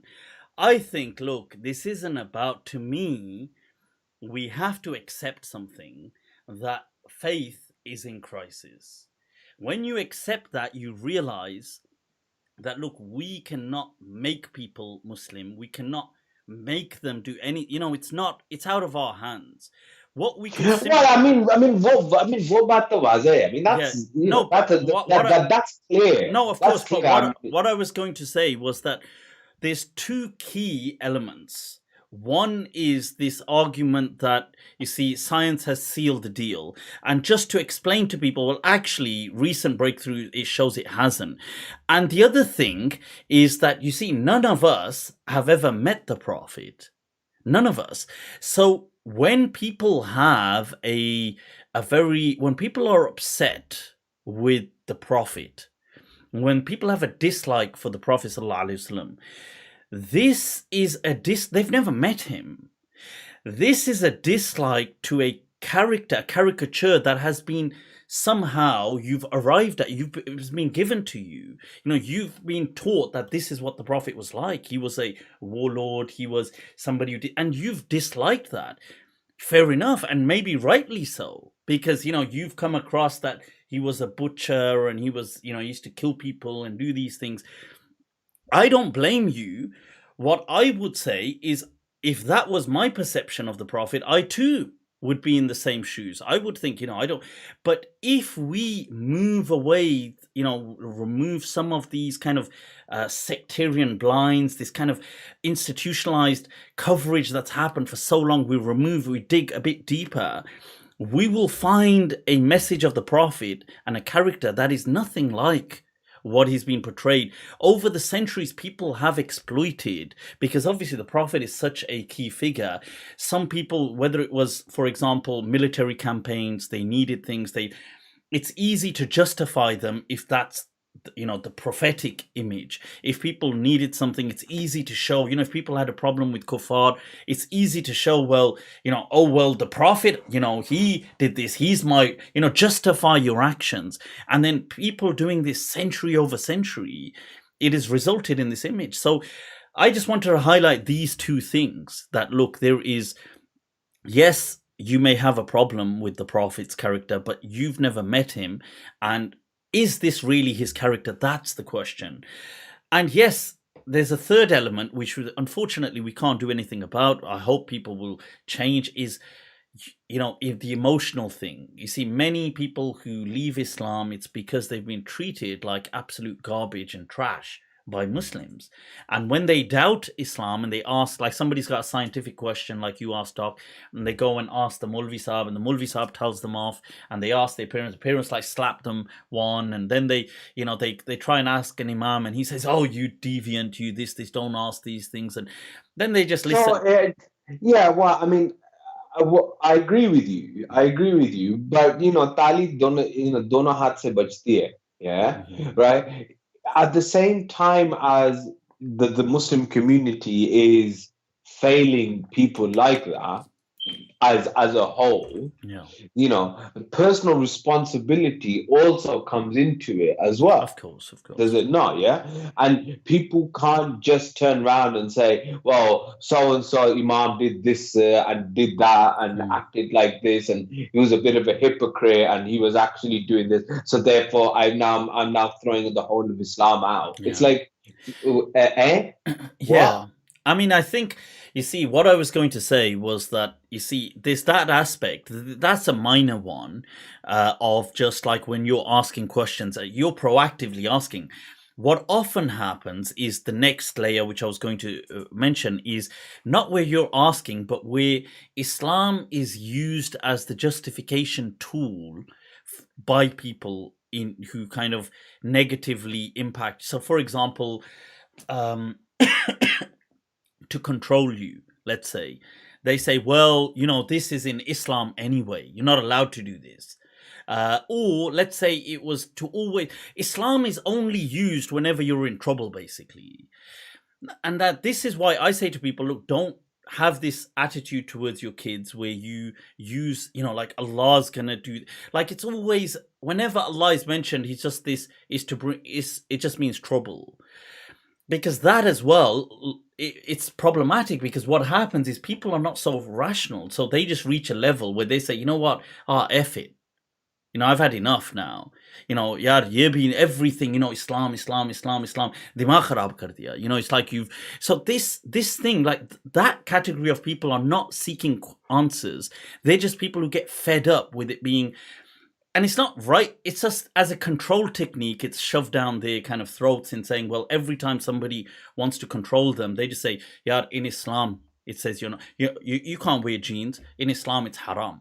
You can't do this. It's haram. Okay, maybe in our age, right? In the 90s, it was like that. Do you really think it's like that now? That's a good question. When we were growing up, fine, right? In the mid-90s, right? Fine, fair enough. True. Not now. Yeah, okay. So this argument probably applies more so to people probably still like maybe my age, maybe a bit younger, but that batch of people who now, as they've grown independent, have just said, okay, I couldn't do it when I was with my parents, but now here's a big, F you to religion now that I live on my own. But to young, like, let's say, generation, I don't know about this, or whatever, the younger, like teenagers today, you're right. I don't think Islam is as much. I think with some people it might be when it comes to, but not as much. You're right. It's definitely not as much. So with them, it might just be the, when they hear. So for example, people are told that this is how we must treat. So for example, we must kill the apostate. Now, this might be something that they hear and think, well, and then they hear a ton of things, not just this one thing. We must kill gays. We must kill this. We must kill that. And they think, yeah, this is one backwards piece of, so it just puts them off. I think that's probably more so for the younger people. True, but again, it's less than it was when we were younger. I mean, I can again say that, all right, okay, maybe not 90s, but in the early 2000s, yeah, that kind of harsh, that kind of, what we were mentioning before, dogmatist type of, literalist, kill the apostate, throw the gay off the top of the tree or whatever type of tree. It was a tree, or what was it, a tower or building or something. I think. To do?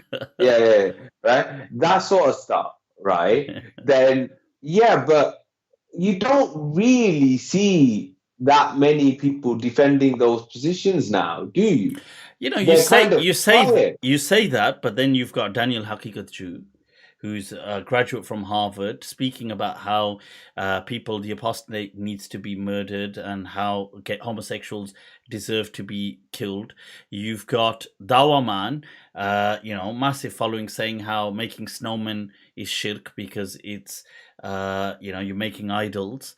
But aren't these just idiots who have just been empowered by the power of social media? Yeah, but like, let's be honest, Doc. Like, when it comes to Islam, if a person was a regular Muslim, now they're not going to take, unfortunately, I wish they would, but they're not going to take their Islam just from me. Like, looking at me, they're going to think, well, this guy clearly isn't what I thought. They're going to look at that. Okay, maybe Daniel Haqiqatjou is also at a loss there because he kind of doesn't have a big beard and stuff as well. But Dawa Man, or this kind of ilk of hardline, it's all haram, haram, haram, are the unfortunate go-to people. They have a huge influence on people. Just Google stuff and they are there straight away. So you watch that and you think, okay. I mean, you might think it's dumb, but you'll just think, well, religion's dumb anyway, so fair enough. I'll just I just don't know. Maybe it's just a factor of my age or what, and may have seen too much and done too much or whatever. But I just can't take any of these guys seriously. Yeah, of course. I mean, they're just idiots. Clearly they are. I can't even go further than that. Do you know what I mean? It's like I often think that if you're listening to them, then this part of the problem is you. I'm the problem. No, not you, yeah. I mean, I thought, I can work on this, Doc. I can change. I can change. I could have been a contender. We can make this work. Don't leave. No, but I mean is that, like, if some people are so stupid as to not stupid, sorry, when they read and they look and they're convinced by the banality and the superficialness of Dawa Man and Danny Boy and whatever, then surely some responsibility has to go on to you for just being a dumbass. Yeah, that's I'm sorry for calling a spade, yeah. No, but I mean, that comes back to that argument, isn't it? That's the evil, the evolution. That what's going on here? How did this survive? Anyway, were there any questions? Because I can't see any questions. Right. Okay, guys, let's take a look at your questions. Should ask. Put forward to Doc. What's this? Is this stunned silence or no? People are chatting, but I've got to get through the chatter as well. Let me just see. All right, people. Siraj, sorry, Mufti made a poor case. ठीक है यार. Siraj, fair enough. You make a better case in the comments. Let's see. Obviously, anal sex is a huge problem in society. I don't know. As a doc, is that the case? As an anaesthetist? Well, they do seem to be, the insertion of things into orifices seems to be getting more common. I can only put it down to lockdown boarding. What's the craziest thing you've had come into the hospital where it's stuck in, where it's a pain in the butt that you've had? Any interesting? I actually one from my very early days where a guy put like you get marbles, right? Yeah. Yeah, you get like marbles, right? Yeah. But and you get balls like that are made of metal. Wow. Okay. I don't know. Okay. Yeah. This guy had put one that was this big, about that big. How did that get in? I don't know, but he got in. Yeah, and actually, that's not a recent story. That's from about 20 years ago. when I first qualified. Wow. Yeah. So that was then. Did he come in walking or did he just come in rolling? He was like, No, he did come in walking. Apparently, they had to use baby forceps, the ones that to pull babies out to get it out. Oh, did they tell him that it looks like it's an Iron Man?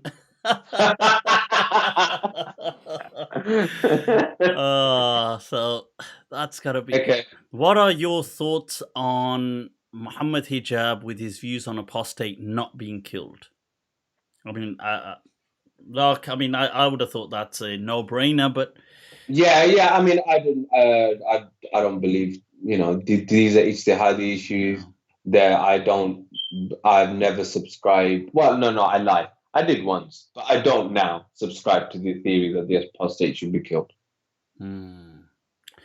That's actually a good one for a quick, because you came from a background which was a kind of Salafi background many years ago.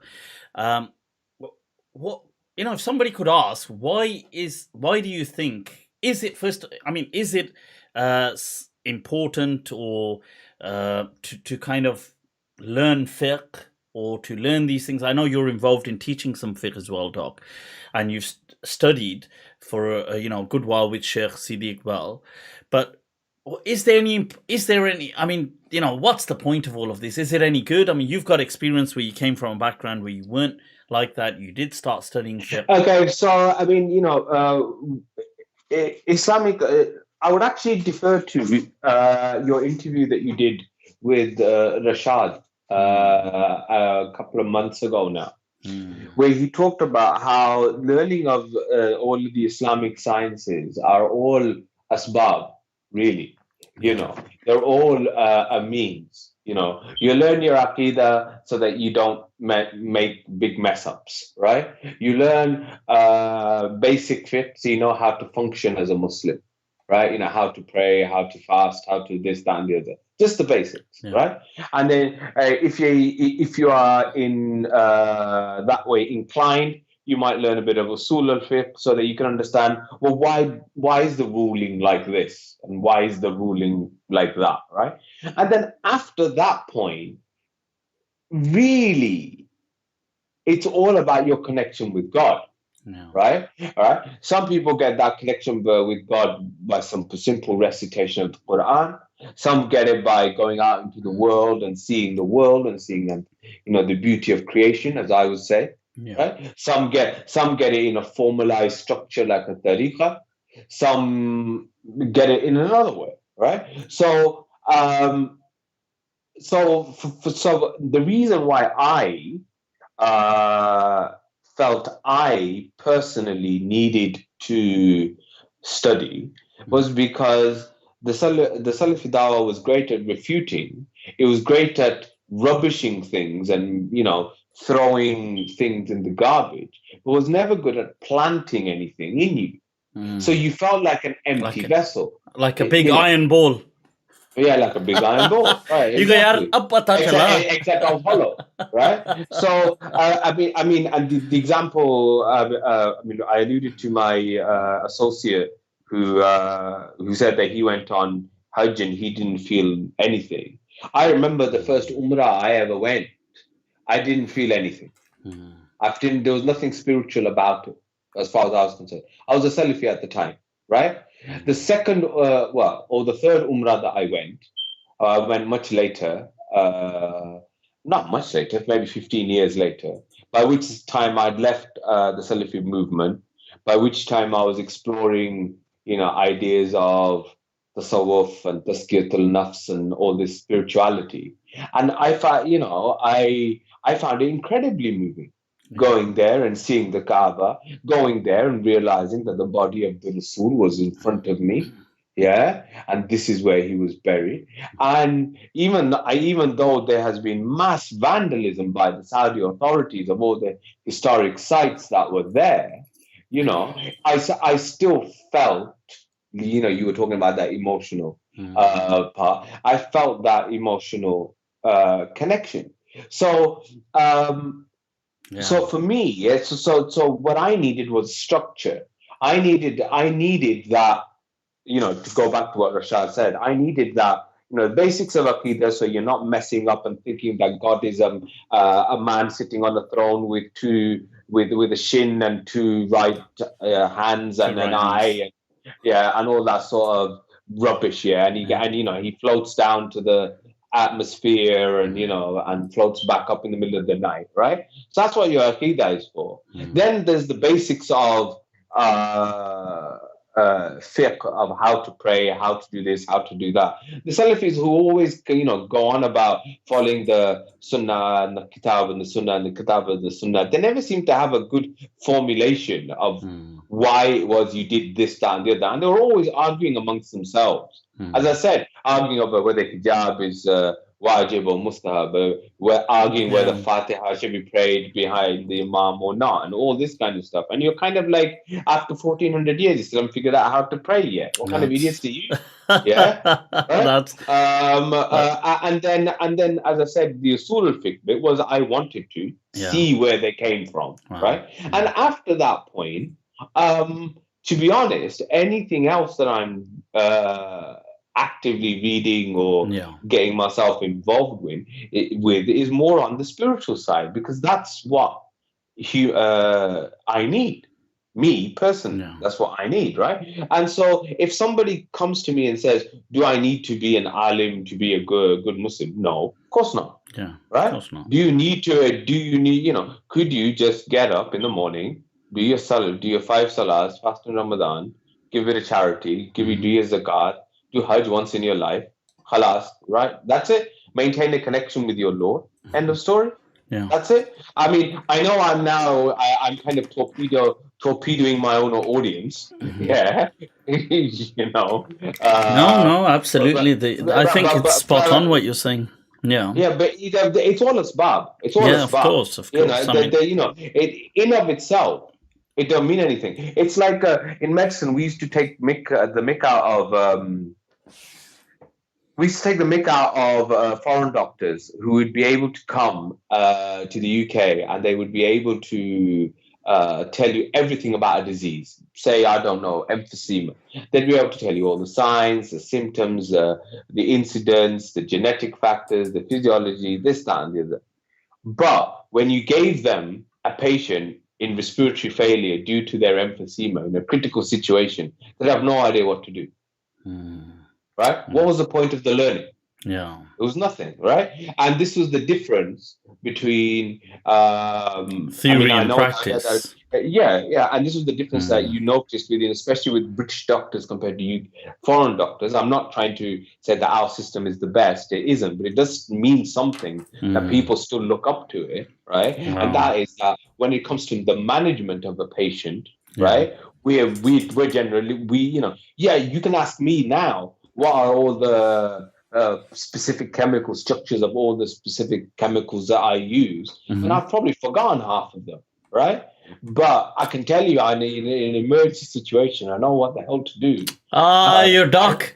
But you know who we're calling in an emergency situation. Look, put it this way, man. My daughter thinks I'm a superhero.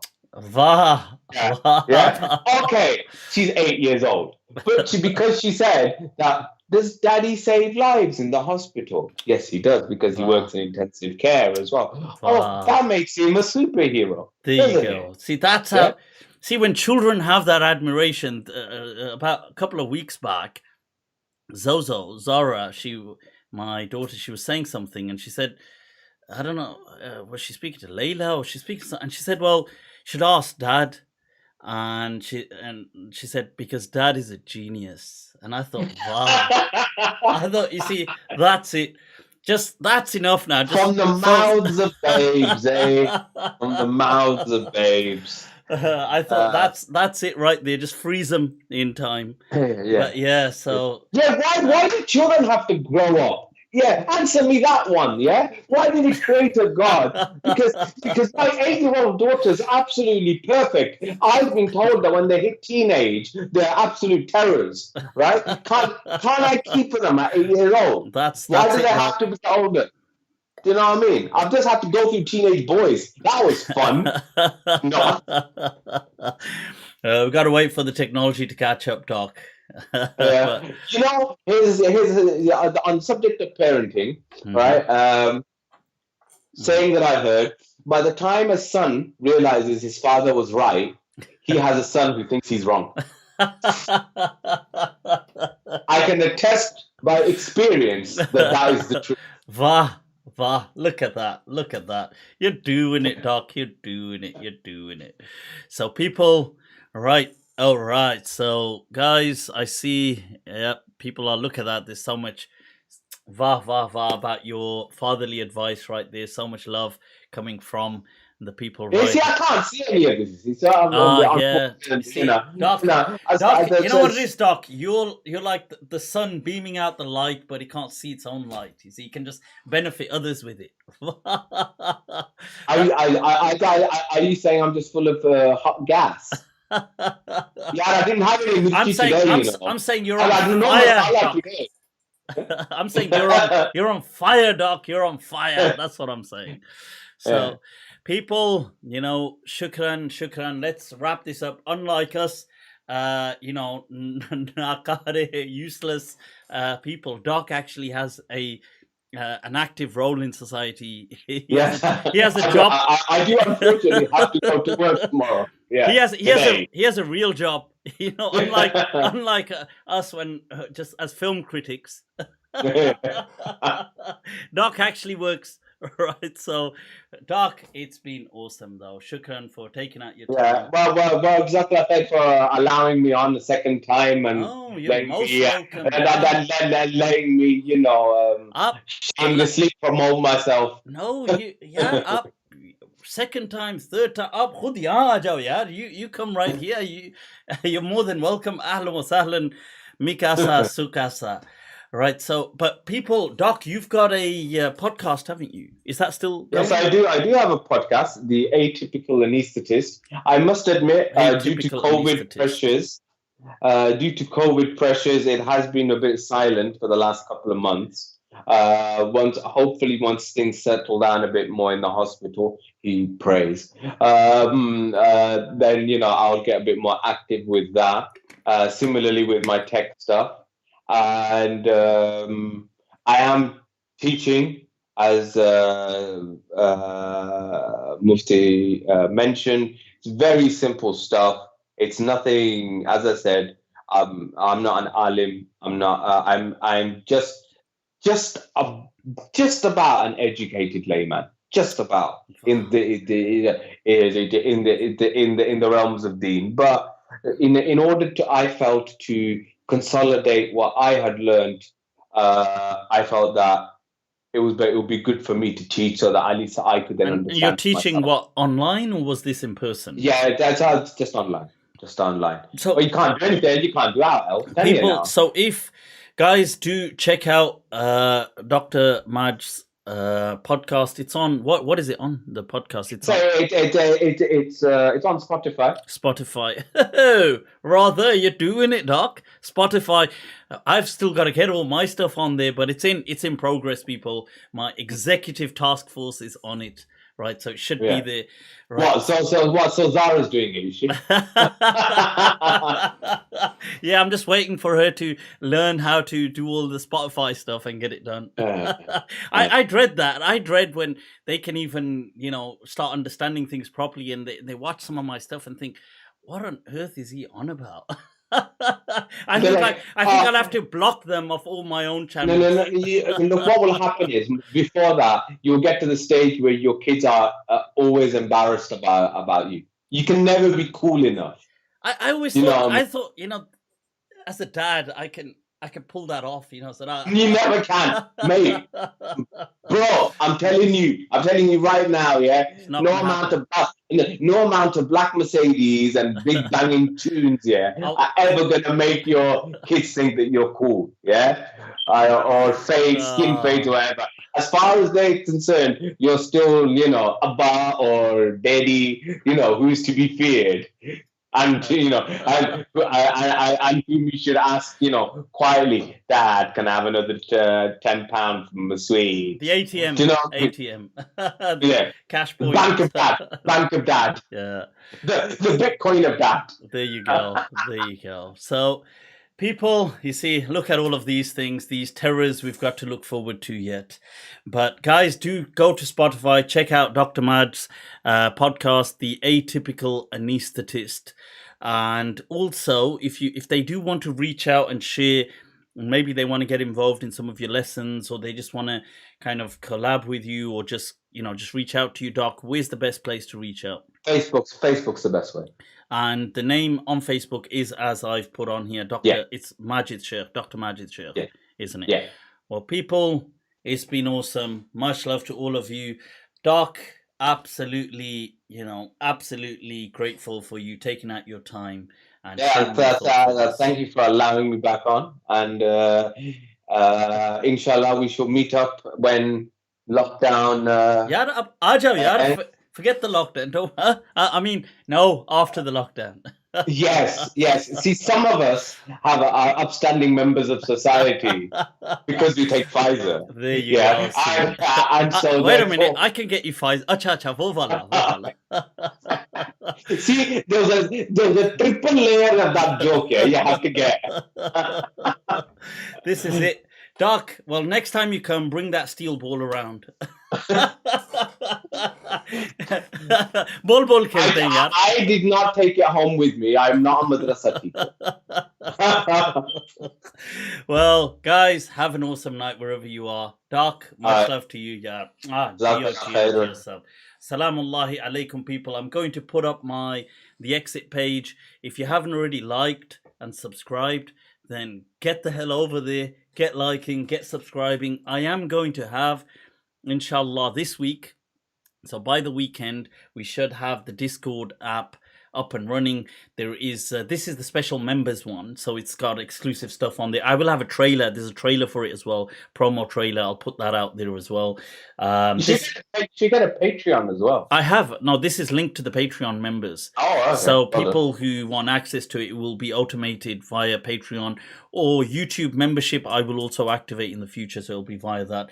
There is a separate, just a Discord that is run by Inaya and Zeba, which is just more a community kind of feel to that. I'm not on that, but they will share the link in the comments. It's a kind of fan thing. I don't know. I think there might be some haters on there. Right, but it's all good, people. Much love. Take care of yourselves. Groupies, eh? You got yourself groupies, have you? Kakare, you know what it is? It's the Love People show. Right, it's the Love People show. Kakare. Guys, take care of yourselves. Wassalamullahi alaikum. Doc, much love to you as well, man. Over and out.